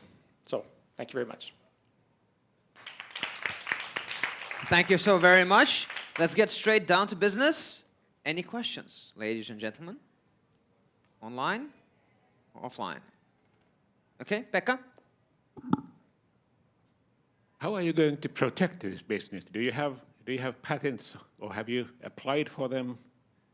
That's a very good question that we get asked a lot. So initially, what is our, let's say, IP is the original microbial strain that we have. It's in our ownership. Additionally, as I mentioned, we have these senior advisors. We have a lot of material on the original process that are not available to other players, so we have a lot of know-how. But of course, we're looking to build additional IP around the modifications we've done that allow this higher protein content, and also we're building an IP portfolio around process and strain improvements. Yeah. Thank you. Does it answer your question? To some extent, the managing a patent portfolio ties up quite a lot of resources, and it also takes a fair amount of expertise. And would be interesting to know how you're planning to handle this. Okay, it's a broad question, but we can perhaps discuss later. Thank you. Yeah, you always have a question. Very good. Saga, please go ahead. I'm also checking for online. If anybody from the online jury has a question, please raise your hand, and I'll know they can go to you next. So you mentioned that you are compatible. No, not. You can compete with in pricing with soy. So what about how much do you think the kilo price for your protein will be? Well, pure OPEX is about 35 cents a kilo, and then. Depends a little bit how we structure the joint ventures. There's additional. Yeah. How does that compare with soy? Well, the soy protein concentrate has fluctuated between, say, $750 to $1,100 a ton. So let's say our raw OPEX is less than half of that. Okay. I think Mikorena also, it's about the protein, and there was about the 1,000 or something we were discussing earlier. So Basically, it's a little bit comparable. Yes, Mycorrhiza is focusing now on food use, though. That's a bit. Yeah. Thank you. Thank you so much. I think there was an online question from Marika. Yes, please go ahead. Yes, sorry, I'm just trying to keep track of my questions. One was that I had, do you have any tests with regards to the fish? Do they actually like it? Sometimes it's not as, it's a bit more complicated than you think sometimes. That's a very good question again. We were very happy that we were able to find one experimental result carried out in '78 in Sweden. So it has been tested. It has been included at 50% in salmon feeds, and the salmon ate it, were healthy, grew normally, so we are pretty sure that it's going to be okay. But of course, that's why we're going to carry out these tests now going forward. Probably better than eating, raw oil. Yeah, pretty much. Yeah. Okay. Thank you so much. Any more questions from our jury? Yes, Ture, please go ahead. I would like to hear more about what are the questions that you're going to validate in the piloting phase. You mentioned about these feeding trials, but is there something else that you plan to validate? With our aquafeed partners, it's mainly about the feed formulations, how well it is accepted, and what inclusion rates it can be included in the feeds. But then our work is mainly on optimizing and validating the process with these new feedstocks, because you need to carry out very extensive testing so that you can actually draw an industrial scale plant. So that's what we'll be focusing on. Okay. Thank you. Thank you. I have a question. In which geographic markets do you see, the most potential for you guys? Yeah, so we're focusing on carnivorous marine organisms. So that's basically salmon and shrimp. So the big markets are Norway, Chile, Thailand for shrimp. Those are some of the key markets that we're looking at. Okay, excellent. All right. One more. Marco, yes, please go ahead. One more question from you. Thank you. Yes, just wanted to understand, as far as I understood, you had different sources of raw material for the process in different parts of the world. Does that make the production process complex, or is it simple anyway? It is very simple anyway. We've been surprised at how well the organism tolerates different feeds. We've actually been just, on the fly switching the feed, and it adapts very quickly. There might be some pre-processing steps in some cases needed, but in general, it's very straightforward. Perfect. Thank you so much. This is it for now. Best of luck with everything, and thank you for your presentation. Thank you. Okay, coming back to insects and a little bit more talk about proteins. One thing that I've learned listening to the company is that if we are going to make a dent in the future of our planet and consumption of food, and we're looking at alternative proteins, we'll need a hell of a lot of it. And for that, I'd like to introduce Antti from Enterprod, who has a solution. Antti, please welcome up on stage. Thank you very much. Lovely to be here. Lovely to see you all. So, as I was introduced, I'm from Enterprod, and Enterprod will start a revolution in insect protein business. So we have heard already quite many good things about the use of insects and insect protein. My task here is to tell you what is the best and most productive way to cultivate insects. So, Enterprod is a Finnish technology company located in Oulu. It develops efficient technology for mass cultivation of insects for food and animal feed. The company was established 2017 by my friend Ari Riihimaa. Ari is a very experienced and enthusiastic scientist who was fascinated by the very fast growth of insect larvae. He identified black short-lived fly as the most potent organism and started developing bioreactor-based technology. So let me first tell you some interesting and weird facts about sustainability. So it is a matter of actions. So this is an easy part. So you can get rid of your car, start cycling, and you will save the environment. How is it with pet animals? So 4 dogs equals roughly 1 car. So would you be ready to get rid of your favorite pets? At least I wouldn't do that, so I'm deeply beloved to my dog. But luckily there are other possibilities. So that's pet food. You can always replace the meat in the food formulation with insect protein. So if that is so simple, you can ask why on earth that is not yet done. So what keeps insect protein business from flying? The reason, of course, is money.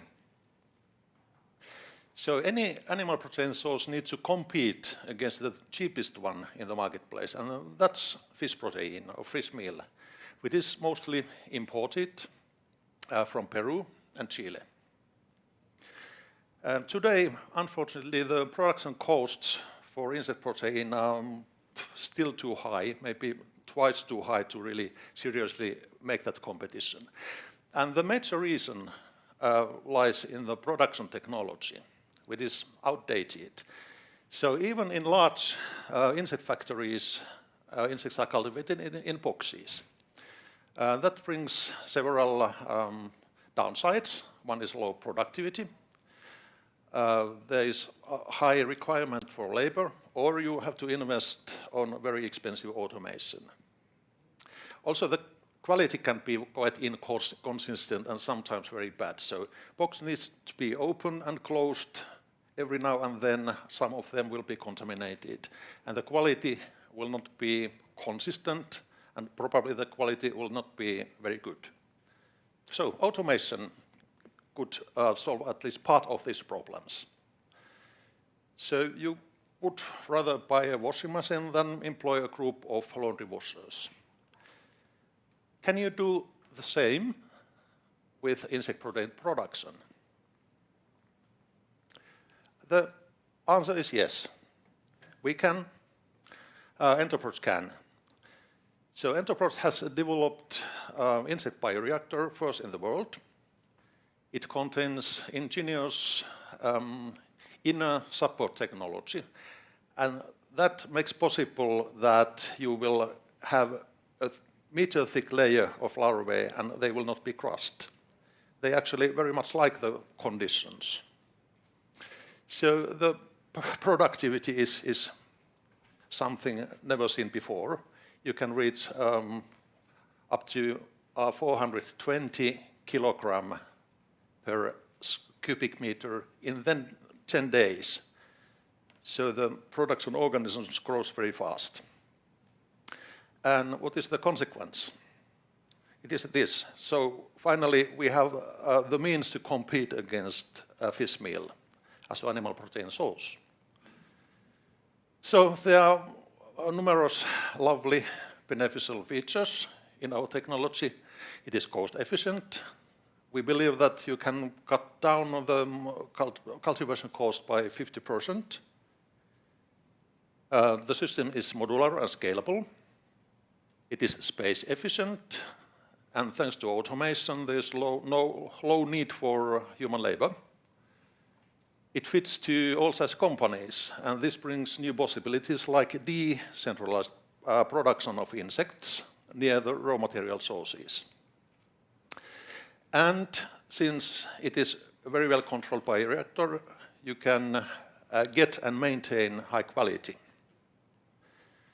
So Enterprise business would be selling out the bioreactor devices and licensing out the technology. The customers, they will be insect protein factories, food and feed industry plants who wants to get more value from the very low value side streams. And finally, we believe that we will reach also farmhouses. This would mean that we would have hundreds of thousands of customers. So The market potential is huge. If we consider animal feed industry, the market size is over 400 billion euros. And also the insect protein market itself is growing very fast, so it has growth rate of up to 45%. So what does all this mean to Enterprod and bioreactor sales? So we created two scenarios to figure out this. First, we made an assumption that at least 20% of protein in the feed could be replaced with insect protein. And in other scenario, we expected to reach a significant portion in insect protein markets. So with both scenarios, we can see hundreds of millions of euros potential for Enterprod, even in such a case that Enterprod would reach only 5 to 10% market share. So we have pretty clear plans what to do next, so let's have a view on that. So what we have currently is a well-working prototype which has been tested. We have had discussions with pet food industry and insect protein industry. So we believe now that we understand quite well what they would like to know and what they would like to require. In the technical side, we are advancing quite nicely. So during this and next month, we will install the first version of automation to the system. But then will be the time to do piloting. And for piloting, we need seed investment of roughly 250,000 euros. And what will be reached with this piloting? Well, first of all, we need technical piloting to really complete the development of the bioreactor. Our customers definitely would like to have data on performance and the economical feasibility of the system, and this we aim to create for them. We also intend to do business piloting, so having a business case with pet food manufacturing. So all of these aspects would give us then means to proceed to the next state, which would be the growth, internationalization, and scale up the business to Europe, Asia, America. So what we very much would now like to achieve is this seed investment, which would help us to keep the wheels rolling. We have quite competent team consisted of nice experts. So we have experts in insect physiology, business, of course, bioprocess engineering, automation, and mechanical engineering. So with this group, we will be able to make this a revolution. So our vision is that by 2025, we will be the market leader in the sector of insect rearing technology. We believe that it is very possible. There are no competitors who could reach such a great productivity than our company. So there are some companies which can build up custom-made factory lines, but they are far from the efficiency which can be reached with our technology. So we welcome you and all of you to join us to the insect protein revolution. So I'm very happy to answer any questions if you have. Thank you so much. Thank you. All right. We have one online question from Federico there. So please go ahead. Yes, thanks.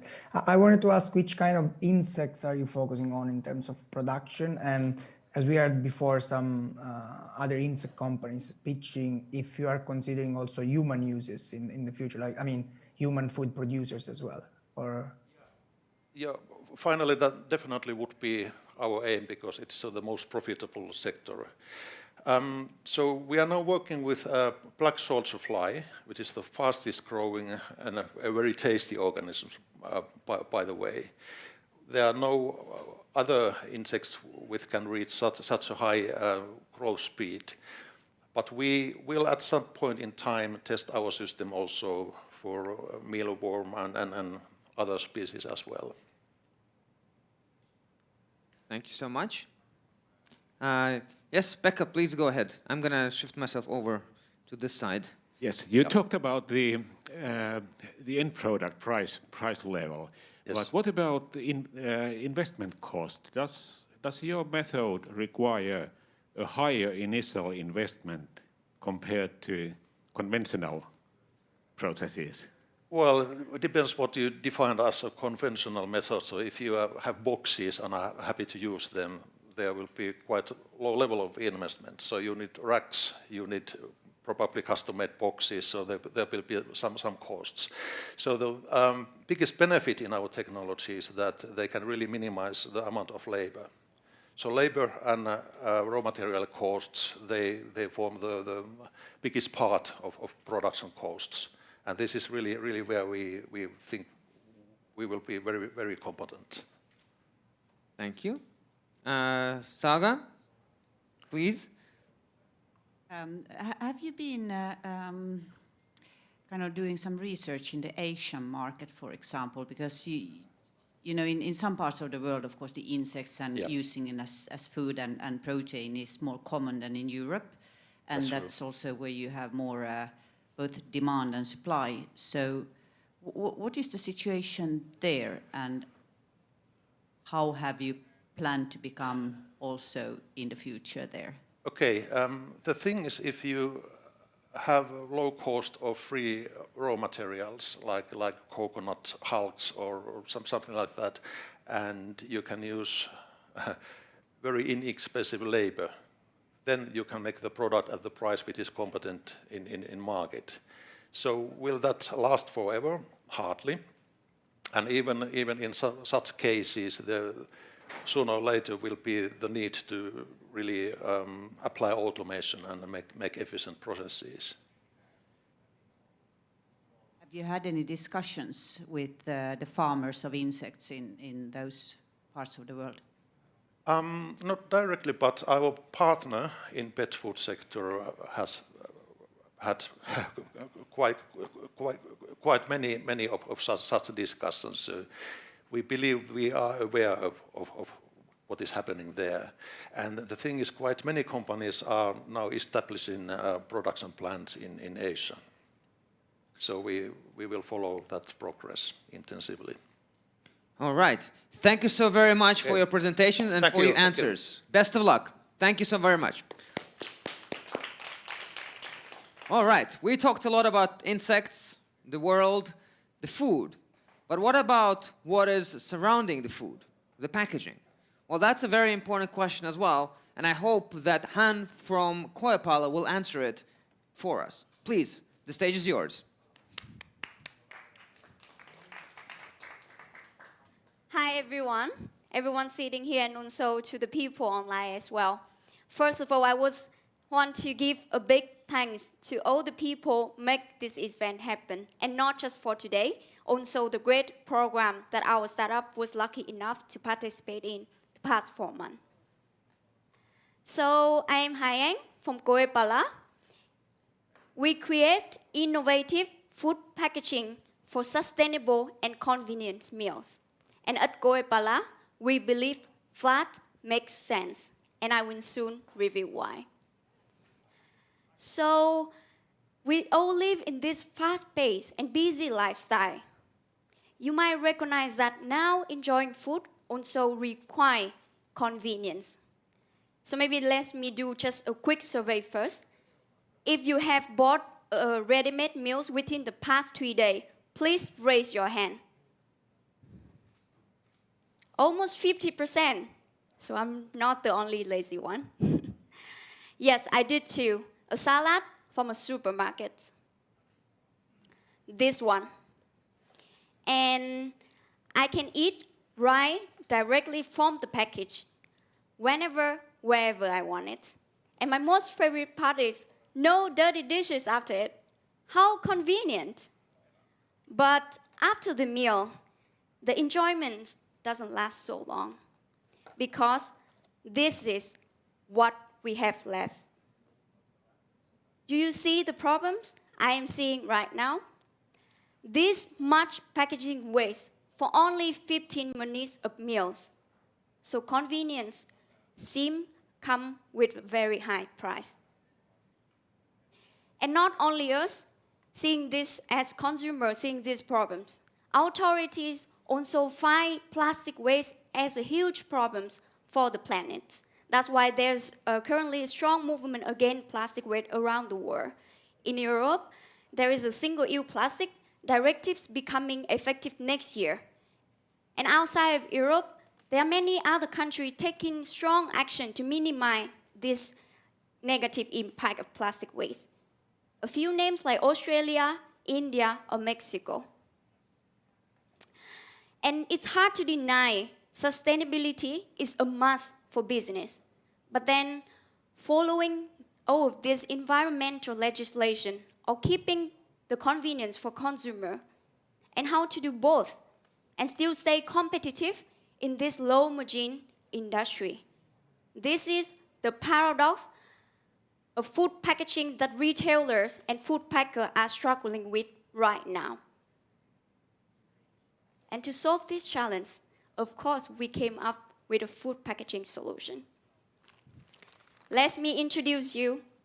This is Koepala Aterimo, a flat and flexible packaging that can be filled industrially, flat like a pouch.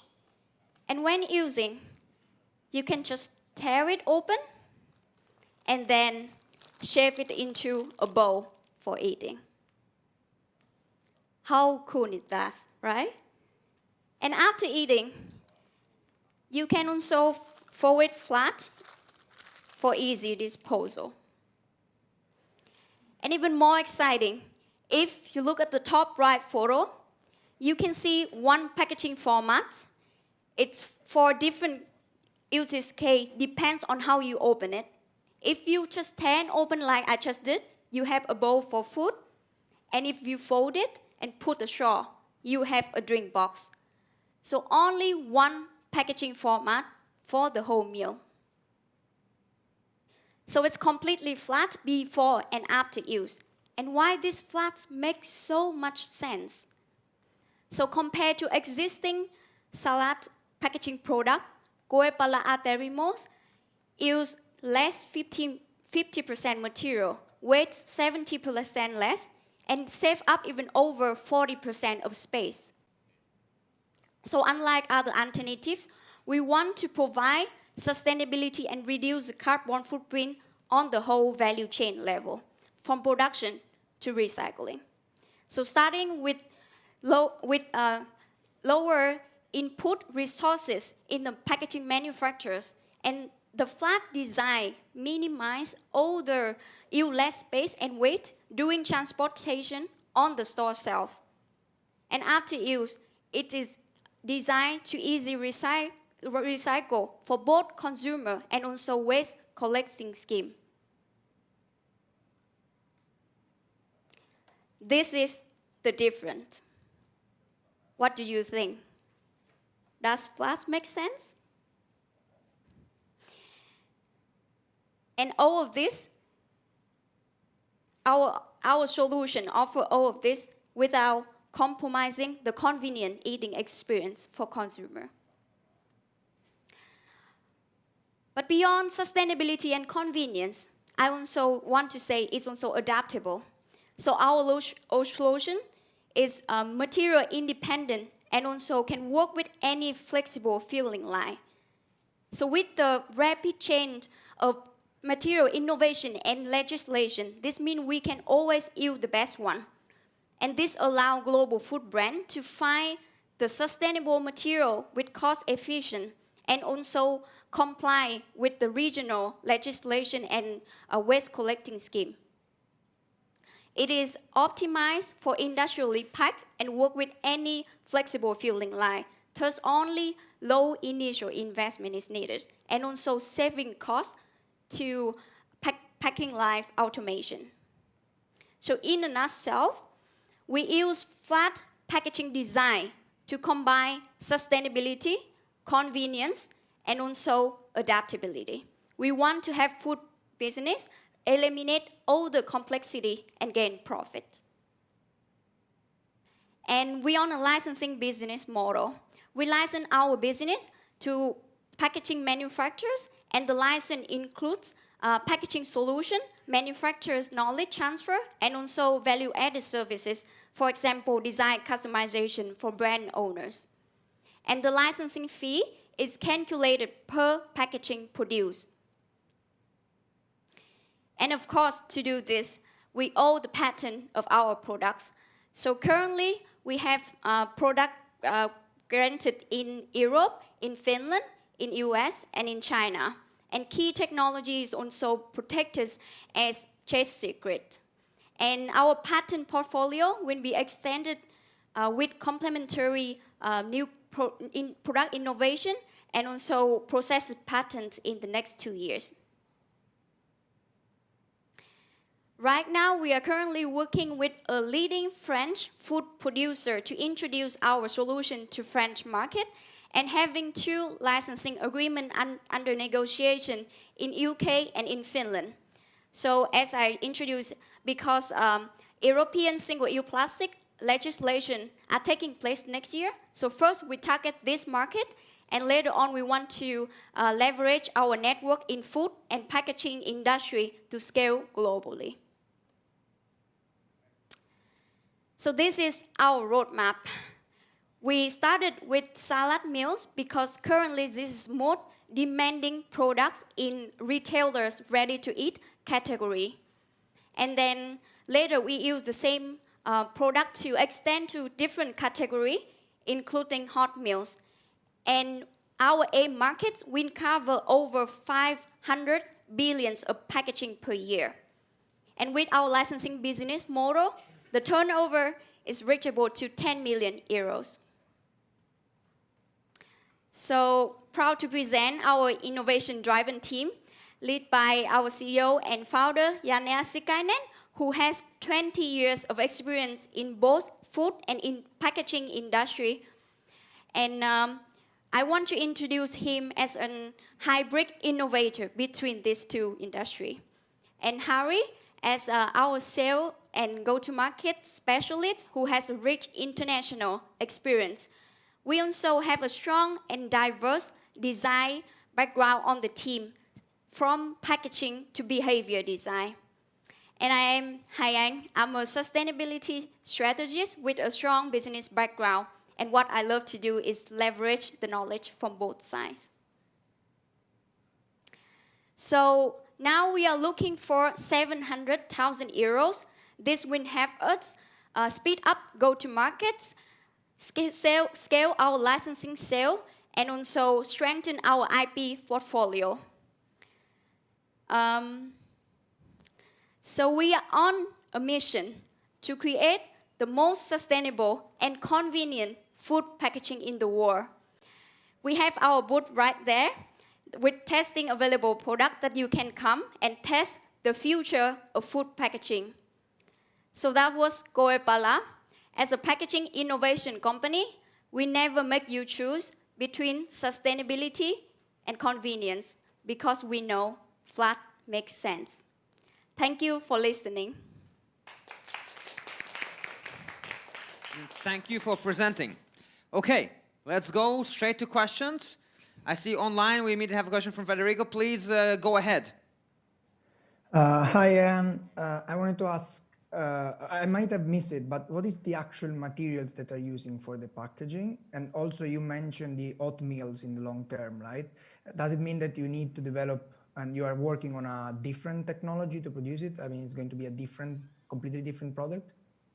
Yes, so currently we are testing I was presenting, this is 100 fiber-based material that we can be fully recycled in the cardboard bin.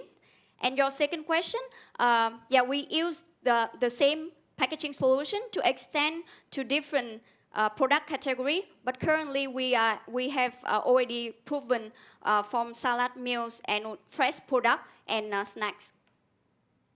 But in the future, we're gonna extend to hot meals and to drinks as well. Thank you so much. I also saw that Margaret had a question. Please go ahead. Yes, a quick one. Is there a risk for crushing the actual food? Like, is there a reason why, you know, these boxes have shapes in general? I mean, if it's not a salad bar where you pick it yourself, then I can understand. But if it's actually produced somewhere and needs to be transported, and then there's food in the flatness, and then it's actually not flat anymore. And is there a risk that the food gets crushed and therefore not so appetizing? That's a very good question. So currently with the pilot we are working, we already got the proven for protection and shelf life for this type of packaging from the food packer and retailer. Thank you. Pekka and then Ture. Pekka, please go ahead. With a product like this, consumer acceptance is critical. Do you have feedback or results from marketing trials or other feedback from the end users? Yes, so we have done one consumer testing, and currently have another one actually going on within this project from University of Helsinki as well. But we already got approval from retailer for our solution. So we believe that also say. Thank you. Ture, please go ahead.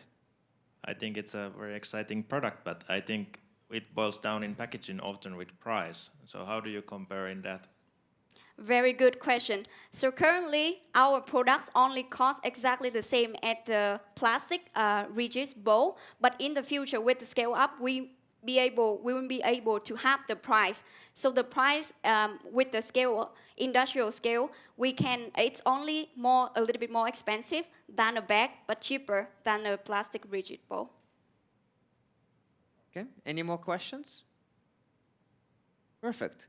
Thank you so very much. One interesting point I personally found is I recently learned is that, or realized that the biggest innovation of the previous century was actually the the container, right? Because that is what allowed us to have all this globalization. So I think there's a lot to packaging that can actually open things up for the world. So thank you so much for doing this. Thank you.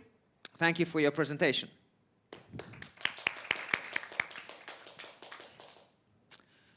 Okay, moving on. Next up, we're going to talk about not just food, but what kind of food do we eat, and how does the food that we eat actually contribute to our life. And with that, I'd like to introduce Probitat and Karma up on stage to reveal the secrets. Karma, please come on up.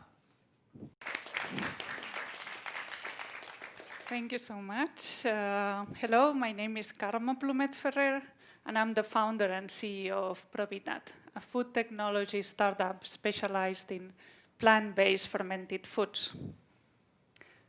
At Probitat, we are targeting malnutrition, a serious condition that it's way far from solving, especially when it comes to obesity and hidden hunger. But before I do that, I would like to explain why malnutrition is so important to Probitat. Why it's so important to me? When I was little, I was never hungry. I wouldn't eat absolutely anything unless I was forced to. I was small and skinny, but still very active and energetic. My parents were very obsessed with my food consumption, with making sure that absolutely everything that they managed to make me eat would be healthy and nutritious. That had two big effects in my life. One, I became completely obsessed with nutrition myself. When I eat, I don't see food, I see nutrients.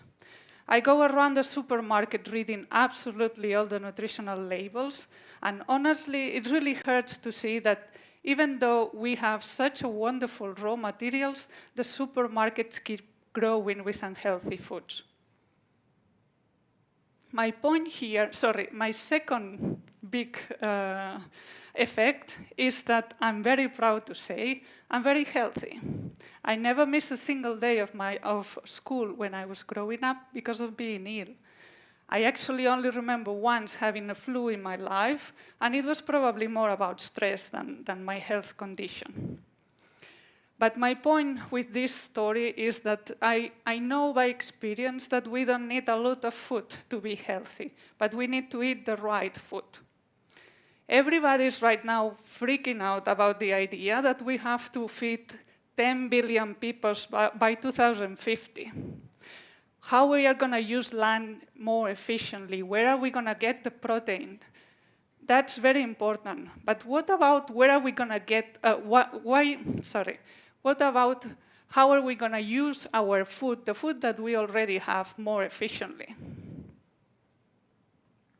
There is no doubt that during the last decades, the amount of unhealthy options have grown, and this is correlated with the increase in obesity.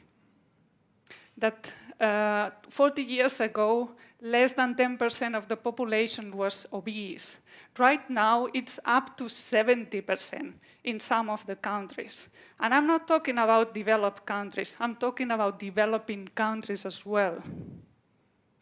There is something wrong with our foods right now, and we need to change that. Doesn't mean we have to give up eating our favorite foods like pizza and ice cream. It just means we have to formulate them better. And here we are. That's what we can do for you. With our healthy bacterial solutions, we can increase the nutritional value of foods.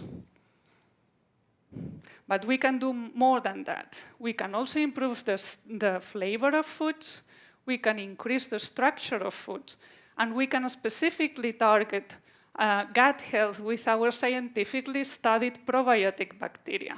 Because we know now that our gut is not just responsible for our digestion, it's actually related to so many diseases, from all intestinal diseases and metabolic diseases like obesity, type 2 diabetes, colon cancer, to even mental diseases like stress and anxiety.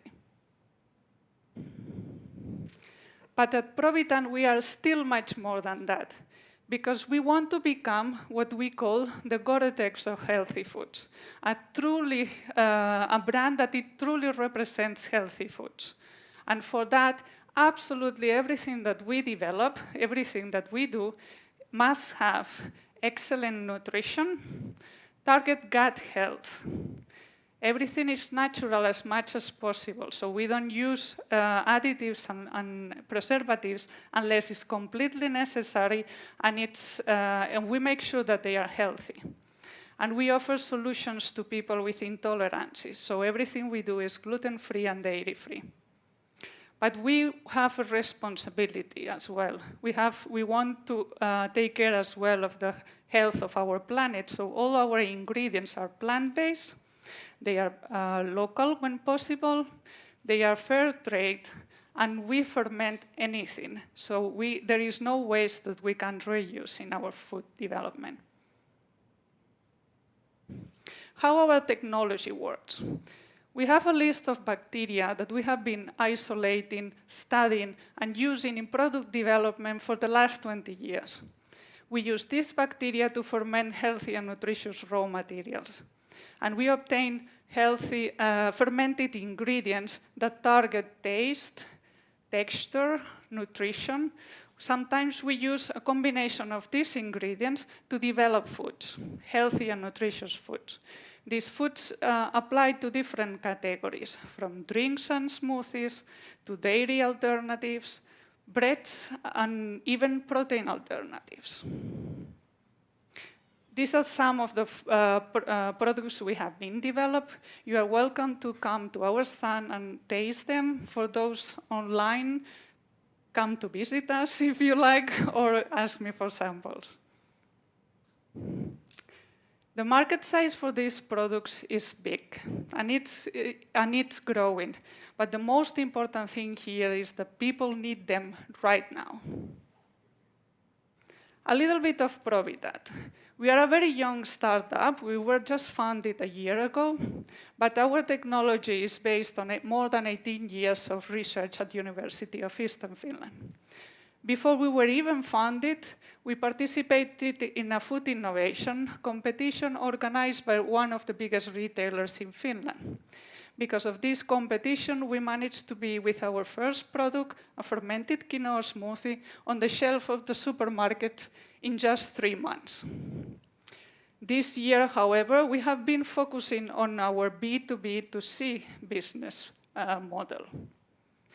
A model where we want to license our IP and partner with the food industry so that we can have our solutions the faster and the bigger volume as possible to the consumers, to offer them to the consumers. For that, we partner with the food industry so that we do what we do best, which is the product development based on our fermentation technology, and they do what they do best, which is the production, the scaling up, and the commercialization. We are a spin-off from university, but we bought all IP rights when we left. We intend to use them by licensing the bacteria, by licensing the fermented ingredients, or by licensing the final recipes of the healthy products. We have a patent pending protecting the fermented quinoa snacks and a patent application protecting the bacteria that we use in product development. We are a small team, but very much focused on scientists. I'm the CEO, I'm food microbiologist. Atte von Riet is the scientific advisor specialized in food safety and health claims. Henrik Poulsen, our business advisor and investor. We have Pierina and Vilma as our product developers, and Ivan as our marketing manager. But what we want this. We want for you and for all of you out there to be healthy and happy, to have a long life without disease, and we can help you. But what we also need you. We need a partner in manufacturing, in market connect, with manufacturing and marketing connection. And we need some funding as well. At the moment, we are raising 300,000 to build this stronger business model for IP protection and continue the development. So please join us. Let's build Provitat together, the Gore-Tex of healthy foods. Thank you so much. Thank you for your presentation. Excellent. Can't wait to replace my Stephen and bake real bread with your products. Any questions? Saga. Hi, Carme. Hi. Good presentation. Could you explain a little bit about the fermentation technology and what kind of raw materials can you use in it? So we use any raw material. As I said, we are specific in that we want to be that they are plant-based, but we can ferment anything. The point is that we use mainly ingredients that are very healthy and nutritious. So I'm very much fermenting grains because they have an excellent protein content. They are gluten-free, some of them, not all, but the ones we use, they are. And in general, it's a really compact nutritional product or material. So that's why I'm focusing on that, but we can definitely ferment anything. So my follow-up question is, of course, that when you are discussing pilots or potential clients, so are everyone welcome, or do you specifically reach out for specific clients? Good question. And honestly, we want to have partners that help us build the Provitat brand. So that help us have a line on smoothies, for example, or cheeses or so on, that bring that to the supermarket, but we are so young that at this moment I think we also have to prove that what we can do, so we accept anything. Honest answer. Thank you so much. We have an online question from Federico. Please go ahead. Yes, on top of your answers before, what is the uniqueness of your processes and products? I mean, compared to other competitors, right? I think that's a long answer, and especially because that's my passion. But short answer would be that it's a combination of many things, of having a list of excellent bacteria. I always explain that we have been screening like thousands of bacteria, and we isolated one that was a probiotic. So you can see how difficult it is to actually get that. Then the other combination, or what we also have, is the knowledge of how to ferment in plant-based ingredients and what we can do with them. Is it taste, what we are aiming? Is it structure? Or with our probiotic is the healthiness. Sorry, I should look at that.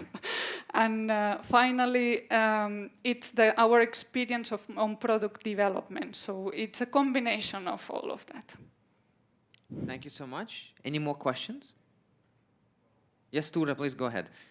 How do you see the price point of these type of products? Would it be more expensive or more along the same price, or could you a little bit elaborate that? Great question as well. It's fermentation. So we are called traditional fermentation, meaning that you add the bacteria and you heat a little bit. That's it. We don't need absolutely anything else. It's cheaper than anything, any other production. It's only that we need to do it in facilities that allow that. But yogurts are done the same way, so it's cheap, much cheaper. Thank you so much. Any last question? Okay. Marika. Marika, there you go. Marika, please go ahead. Hi, Karme. Yes, just quickly, like, what is your traction now in addition to the smoothie, so to speak? Do you have any dialogues or customers or partners at the moment where you're sort of, where they would really benefit from your Gore-Tex Probitat? Yes, so I have 1 minute left to really thank this program, because yes, we have a lot of discussions ongoing, and it's thanks to this program. We have local ones, so Finnish ones, but we are also have many international contacts that we have been discussing more than once now, and trying to fit how we can offer, what we can offer, and how we can fit our expertise, both sides. Okay, thank you so very much. We're running out of time, so that concludes our segment. And thank you very much, and good luck. Thanks. All right. All right. We've been talking about a lot of things today, about food. And last but not least is a company that promises that if all else fails, we'll just grow food out of thin air. Please welcome Dilek from Solar Foods. Thank you very much, Dimitri. I'm thrilled to be here today with the EIT fan community, and I'm very happy to tell you about producing food out of thin air, literally. So I'm a food scientist, and I devoted more than 15 years of my life on proteins and how they act as structural building blocks in our food. I did my PhD with magnificent dairy proteins, but at the end of my PhD, it was time to shift to plant proteins already due to the all well-known reasons. We are here today, so we are very well aware that our conventional food production is running out of time. So we have almost a mission impossible to accomplish ahead of us, and this means that we have to divert our food production system from livestock industry towards alternatives. Yes, I started working with plant proteins, but I'm so sorry to say I was not thrilled about this. my main point there, inside me, something was always saying that we cannot solve an agricultural problem by agriculture alone. So at this point, I had a shift in my studies again towards cellular agriculture concepts. And by that, I was lucky enough also to shift my career towards solar foods, which is promising world, a food production that is completely free from agriculture. But this doesn't mean that these new alternative technologies are competing with agriculture.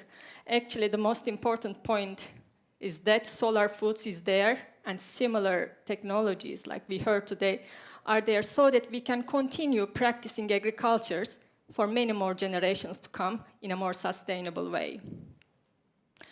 Solar Foods is producing a protein ingredient for the food industry. And the product is branded as Solein. So Solein is the brand name of Solar Foods product. And it's pure protein magic, it says, because this ingredient is produced out of carbon dioxide and electricity. It's basically a single-cell protein. So it's a microbial biomass. And when I say it's produced from carbon dioxide and electricity, it sounds like, oh, what a weird thing, maybe, or is it man-made? What is this? Actually, it's a natural microbe or bacteria that is widely found in our nature. It is collected from the environmental samples, and after a screening and incubation process carried out by Solar Foods, the best organisms that can efficiently grow are selected and scaled up into continuous bioreactors. So after that point on, the production of the biomass is similar to typical fermentation processes, like production of baker's yeast or the started cultures that are used in the dairy industry today. But the main difference is that instead of using sugar as a carbon source, like in those production systems, Solar Foods organism uses carbon dioxide as the sole carbon source. That's why, instead of causing carbon dioxide emissions, it has potential to make the food production carbon negative. So I want to walk you through our feedstocks in the production of this ingredient. As I mentioned, it's carbon dioxide. And carbon dioxide, we can capture it from the air, from the atmosphere, by using direct air capture systems, you can see here. The other ingredient that we need for the production is hydrogen gas, because the organism uses hydrogen as an energy source instead of the sun, like in photosynthesis. And hydrogen gas is produced by electrolyzing water into hydrogen and oxygen, and both are fed into the bioreactor. The next ingredient is, like in all biological matter, nitrogen. We need a nitrogen source, and it is ammonia, which can be produced on site, again from nitrogen and hydrogen gases. So those are the main three feedstocks. And where is the electricity?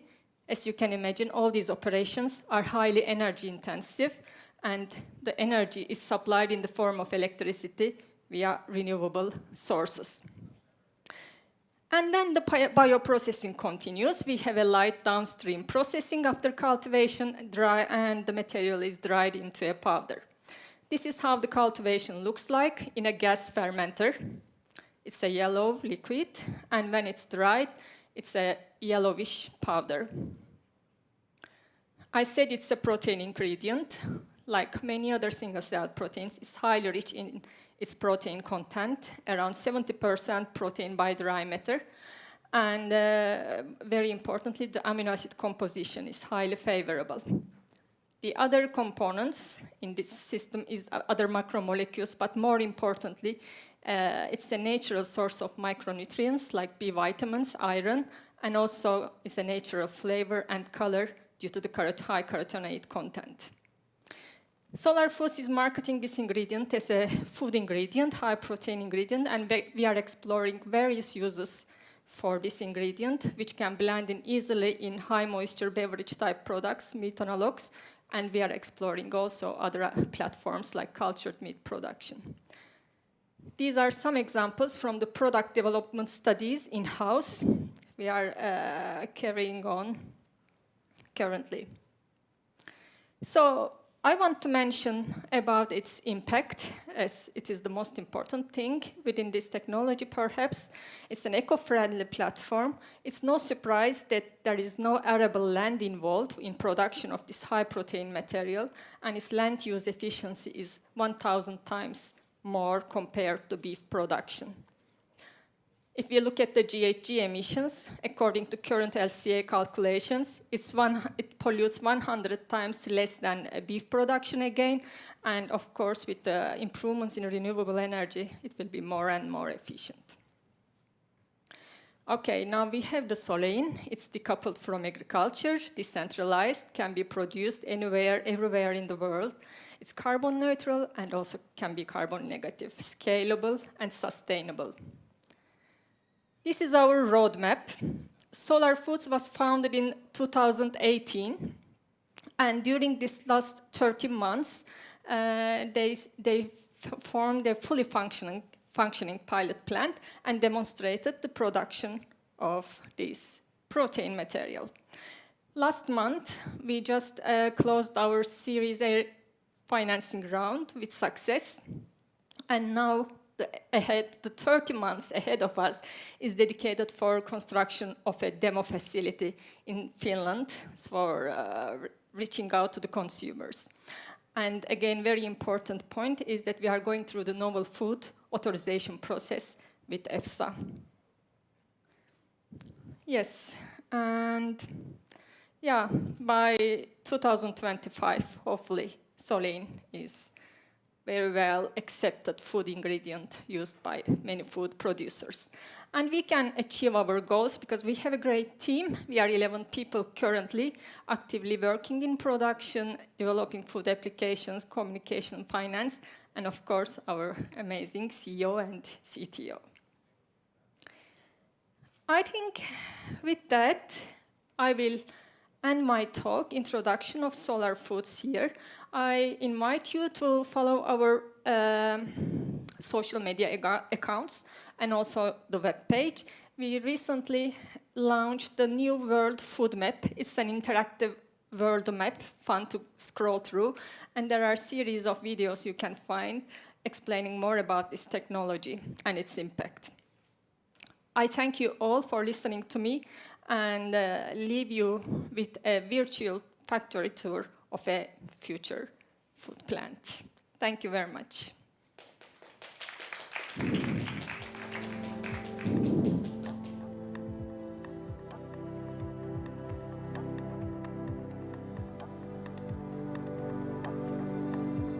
can see the solar panels and the direct air capture system for carbon dioxide.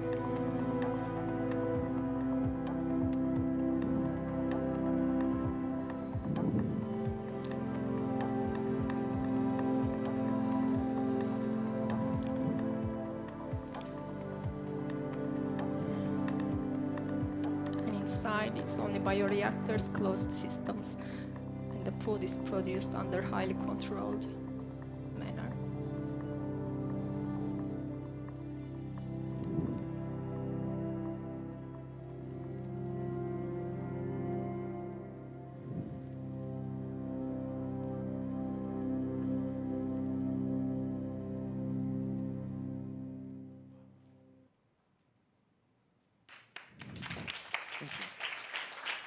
Thank you so very much. We have a little bit of time for questions about food from thin air.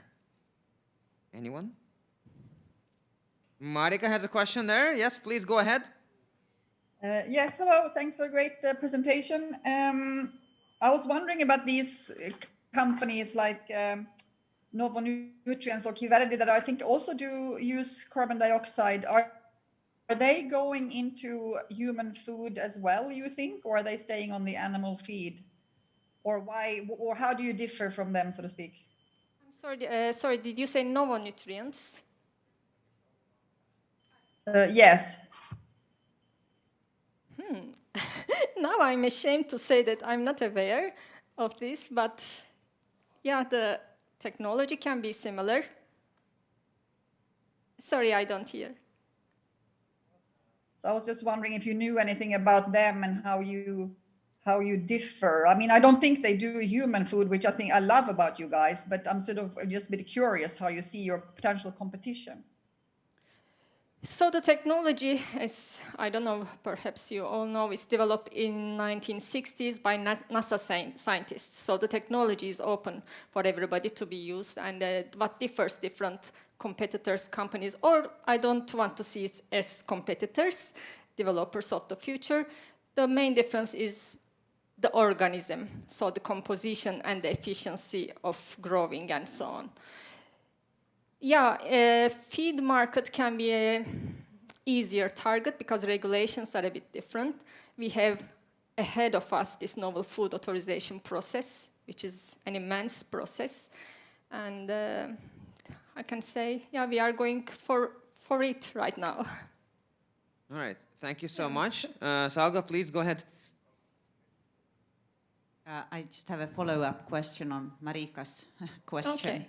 So, do you see yourself, will you go for B2C with your own products to the market, or will you stay as B2B, like a raw material? Yes, yeah, very good question. We are mostly focusing on B2B. As we have already seen, it can blend in very well in a wide matrix of food applications, but we are exploring B2C option also to come up with our own product on the market, which can be an easier transition and like maybe a marketing strategy to start with. So we are exploring both. Okay, thank you so much. Pekka, please. Like you said, the process requires a fair amount of energy and electricity. Yeah. And in terms of carbon balance, the source of electricity must be a key factor here. You need to have access to carbon-free electricity. Yes. And do you see this as a limitation to the applicability of your method? Actually, this is defined by where the large-scale factory is located. That's why we are choosing the locations wisely, where we have access to not only solar, but all other renewable energy sources easily and sustainably, and sustain it, actually. So the location of the factory is the most important parameter for this. Thank you so much. Ture? If I may ask about the novel food process, because to my understanding it's at least first of kind in EU and probably also in US. How do you see it will go forward? I do hope it will go smoothly. We are doing all our best to supply all the necessary tests regarding safety, applications, and dosages, amounts, and it's a big process. But our work shows that we will get it. Yeah, there are no big hurdles ahead, but of course it's a long process. It will be. And I'm very happy for this, that Europe is paying attention to the health of the community that much. So. Perfect. Thank you so very much for your presentation and for your answers. Thank you. Thank you. Thank you.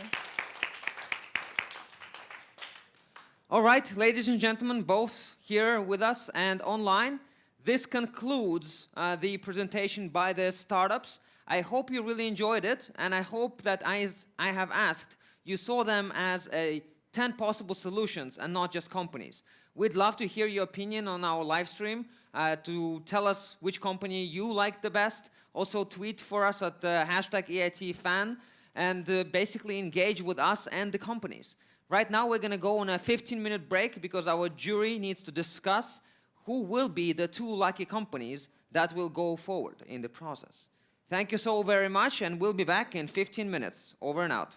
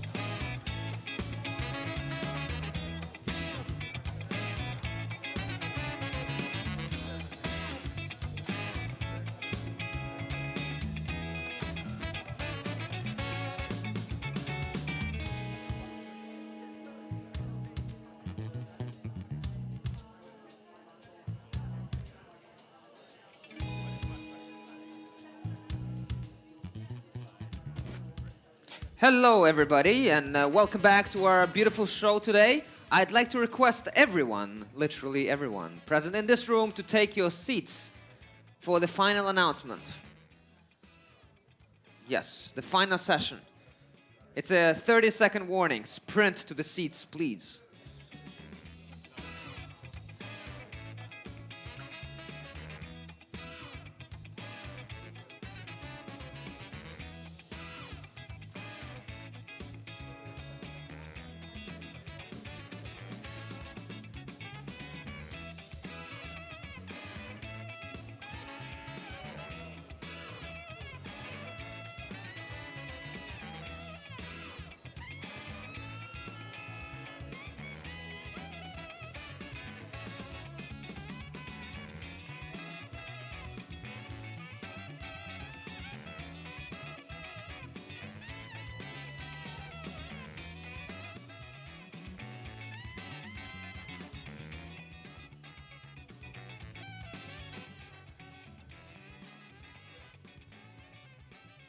We're waiting for the live stream.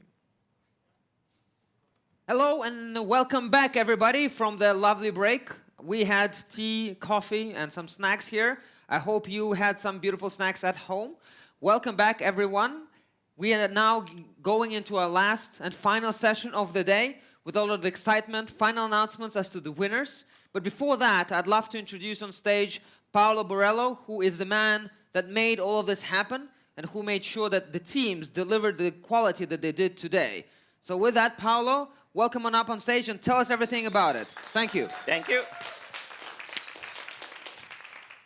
Thank you. Actually, it's not me who made it happen, but it's the whole team and the team around us and the partners. But it's great to be here. I'm really excited to be here and to be able to talk a little about what we've done this year and what we plan to do in the next days, weeks, month, and year.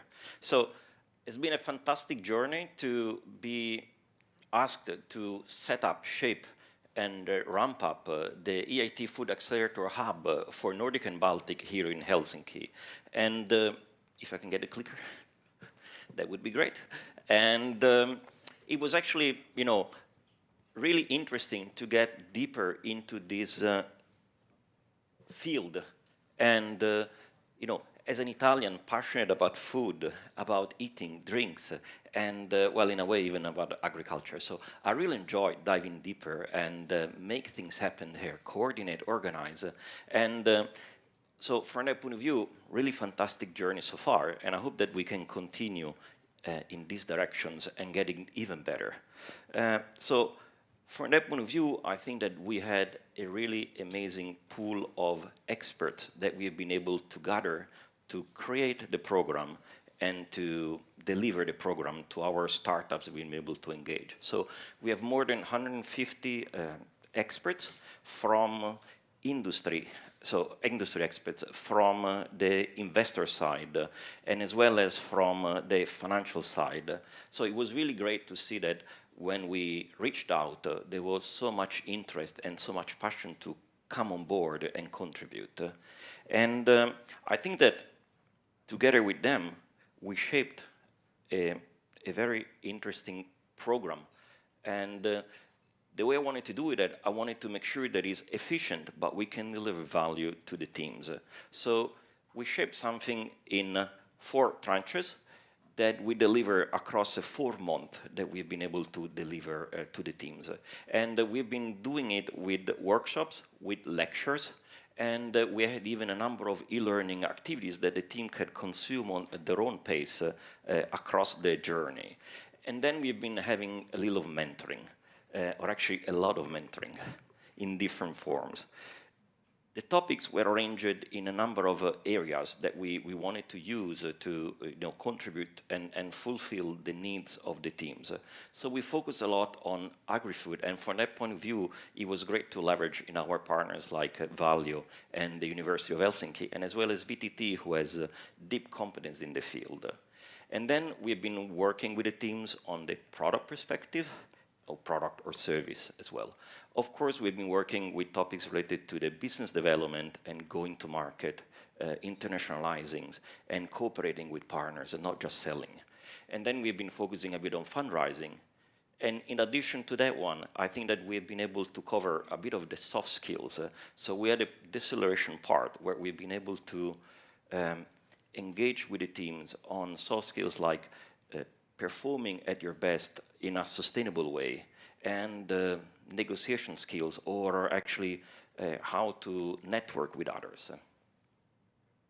And on top of that one, we had actually been able to allocate, thank you to EIT food budget, we've been able to allocate a vouchers of 10,000 euros that each team has been able to tailor for their usage to fulfill their needs. So some teams have been able to set up labs activities and tap on the expertise of the employees of VTT. Some others has been able to set up projects to validate their assumptions or their customer demand thanks to the University of Helsinki. And in addition to that one, we have been able to help the team running workshops together with prospect clients to do co-development and to shape opportunities to work together and align the needs and the demands and the expectations to shape a project that could eventually continue together in the next steps on a commercial basis. And in addition to that one, we have been able to tap in the, I would say, vast or great network of partners that EIT Food already has across Europe. So we've been able to tap to the Finnish ones, but thanks to a number of sessions like, I would say, workshops, demo days, and investor days, we've been able to tap with some of the other ones. So for instance, we've been able to work together with Valio, Amcor, Dochler, Givaudan, Nestle, or PepsiCo at Zucker, so that some of the teams have been able to talk directly with these companies and align on the level of interest and expectations of both sides and see whether opportunity to continue to discuss further on time. In addition to that one, I think that, as I said at the very beginning, it was not me to make it happen. It was actually the whole team. And when I look at the team, I want to greatly thank you, my colleagues, and at VTT, our partners at the University of Helsinki that really helped a significant contribution with more than 20 people contributing to the program. And of course, Valio, that has been helping opening up with their competence and with their strength in a number of areas, including not only the expertise about the dairy segment, but even about the market insight and foresight that they have. And of course, with the EIT Food, that have been able to, support us with a budget, but as well as with a number of sessions that have been able to arrange online and demo days with some of the other partners and investors. And one of the things that I would really like to thank you, and I can see some of the smiling faces here, but one of the fundamental contribution for the team has been thank you to our mentors. So what we've done is that we've been doing a bit of matchmaking among the pool of our experts and the teams, looking at the demands and the need that they had and the situation where they are, to assign at least one or more than one mentor to each of the team who has been able to hold hands to the team, work together across the whole program to navigate it and get the most out of it. So I'm so grateful to all of you guys. I'm not gonna go through the names, but maybe I will offer drinks and more of that one to thank you for the incredible contribution and the value that you've been able to add to make the program a success like it is. So thanks a lot. And I've been talking a lot about what we have done so far. When I look forward, we want to repeat the program next year, same but better. So we will basically spend the first quarter of next year looking for great teams that wants to join the program. And so we're going to open submission for the program in January, and we're going to keep open submissions until March. We will then take time between March and the end of the second quarter to screen the cases and to select the more promising one where we think that we can work together. And this year, we have received something like 700 plus submissions from all over Europe for the 6 hubs, and some 80 were interested about the Helsinki hub. So we hope to be able to repeat or improve even those figures next year. And we will then run the program in a similar time frame than what we've done this year, and with roughly the same format and some improvements from the learnings and the additional opportunities we will have next year. So it's going to be roughly from June until October. And for the team in food tech and agri-tech, please reach out to us anytime, even from tomorrow, even if we will open the submissions in January. And we're looking again for food waste, food safety, transparency, packaging, smart farming, and food technologies for alternative proteins. We might have a little more tailored message later on, but I mean, we are interested in innovation activities in all these areas. And please look at our URL for the landing page from January onward to be able to submit, or reach out to us if you're interested to ask questions and engage and hear more details about the submission process.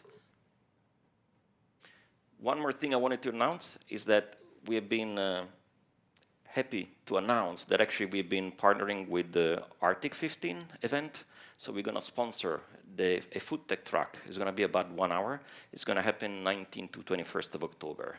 And welcome to join the event and to support us. Or if you have any interesting idea or topic to suggest for the event, reach out to me or to the Arctic 15 guys to suggest your topic, and we'll consider having you on stage with us. And last topic. We are here today to celebrate the end of the program and to look at how great are those teams and how much they've been able to progress in the last 4-month journey together. And we are here as well to actually select which are the 2 teams that we will send to the Venture Summit 2020. So one of the purposes of today's sessions together with the judges was to be able to screen the teams and be able to select 2 teams that will be relevant, and we want to send from the Helsinki hub to the Venture Summit that was going to happen in November. And anybody of you interested to follow that one, you can Google about EIT Venture Summit. You will be able to register, and there will be basically 2 teams from each hub. And today we will mention about the 2 teams that we are having from Helsinki hub, covering Nordic and Baltics. And then there will be 2 additional teams coming later on. And I think that we are waiting just a little to be able to have the final result. But if any questions, please ask me. I'm going to ask you a question. So what does it mean for the teams to actually go to this Food Venture Summit? What doors does it open for them, and how does it help them further on? Thank you for the question. So it's a great platform to get visibility toward potential clients and to potential investors. There's going to be quite a big audience if I look at what has happened in the past in terms of investors and big industry players, including all the one from the EIT Food Network.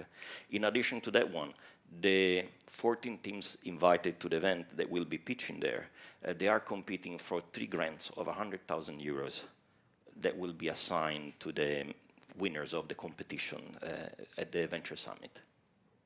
Okay. I think we're ready. Looks like we are ready, so I think that we want to see soon the winners. About the winners. So I will join you while we wait.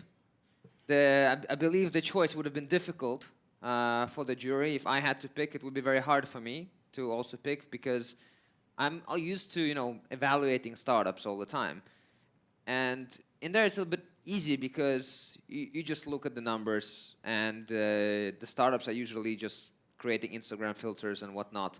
So just look at the numbers. And here there's a lot to weigh in. It's the numbers, it's the impact, because it's not always here just about the exit potential. It's also about how much are they going to impact the world. So I think here you have to think about like many things while you're selecting things, like who needs the opportunities the most and who is investable. So it's a lot of different things to balance. Right, and then in addition to that one, actually, the interesting thing was we had a very different range of maturity level of the team. So we've been able to adjust the program, tailoring to the specific need of the team and help them properly across the program. So we had, from one extreme to the other, from looking for the first investment to having secured pretty substantial investments. Yes. All right, are we ready? Has the data been... Almost ready. Okay. I can always do a little bit more talking. It's not a problem. We are ready. I think that we are ready. So excellent. So okay, let's do drum roll, please. Shall we do a little drum roll? Excellent. Everybody at home, join us. All right. So the two teams that will be welcome to join the Venture Summit from the Helsinki hub are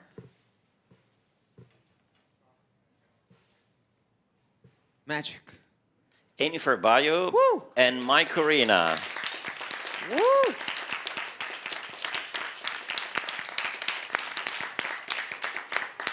Congratulations, guys. You want to come on stage? Congratulations. Welcome on stage. And for everyone else, there's still 2 wild cards that will be decided later on. So your chances are not yet 0. You might be still welcome and go with them. So please come on up. We have Mike Arena and Enifer Bayer. Congratulations. Huh? I think they left, but... Ah, yes. Okay. Family problems, but... Yes. Excellent. Woo! Come in the middle. Congratulations. You go in the middle. There it is. Do we have a mic?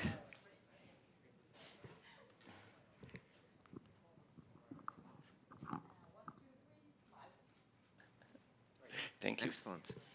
Do you have any word, any comments? Sure. No, this is amazing to be able to accept this award. It's been a tough competition. We were just discussing before the competition that the level here was amazing.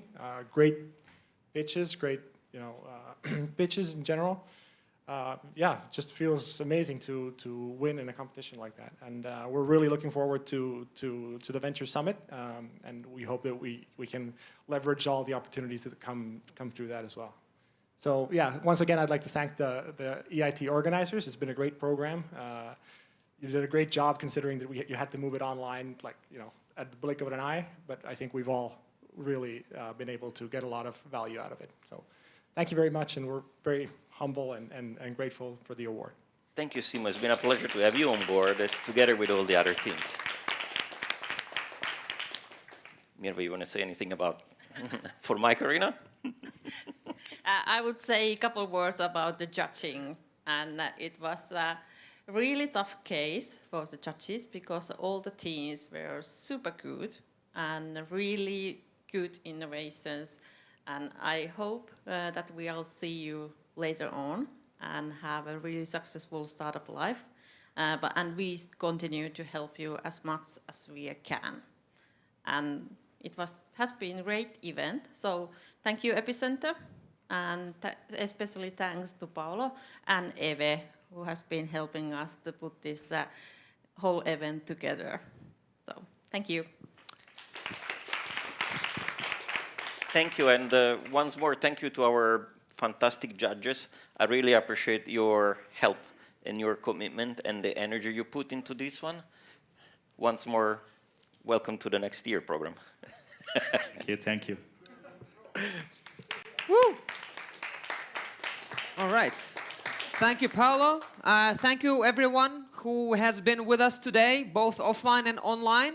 In closing remarks, I want to thank everybody who was in any way involved, the technical team, the people here, everybody who made sure that it was possible to do this.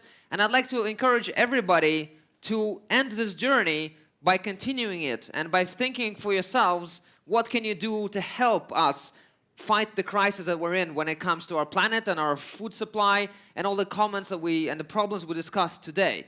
So I'm putting a question to everybody watching, what are you going to do to help the world? Thank you all for tuning in and for being here with us. This was Dimitri Sarle with you as your host, and I hope to see you all again and let's have fun tonight. Over and out.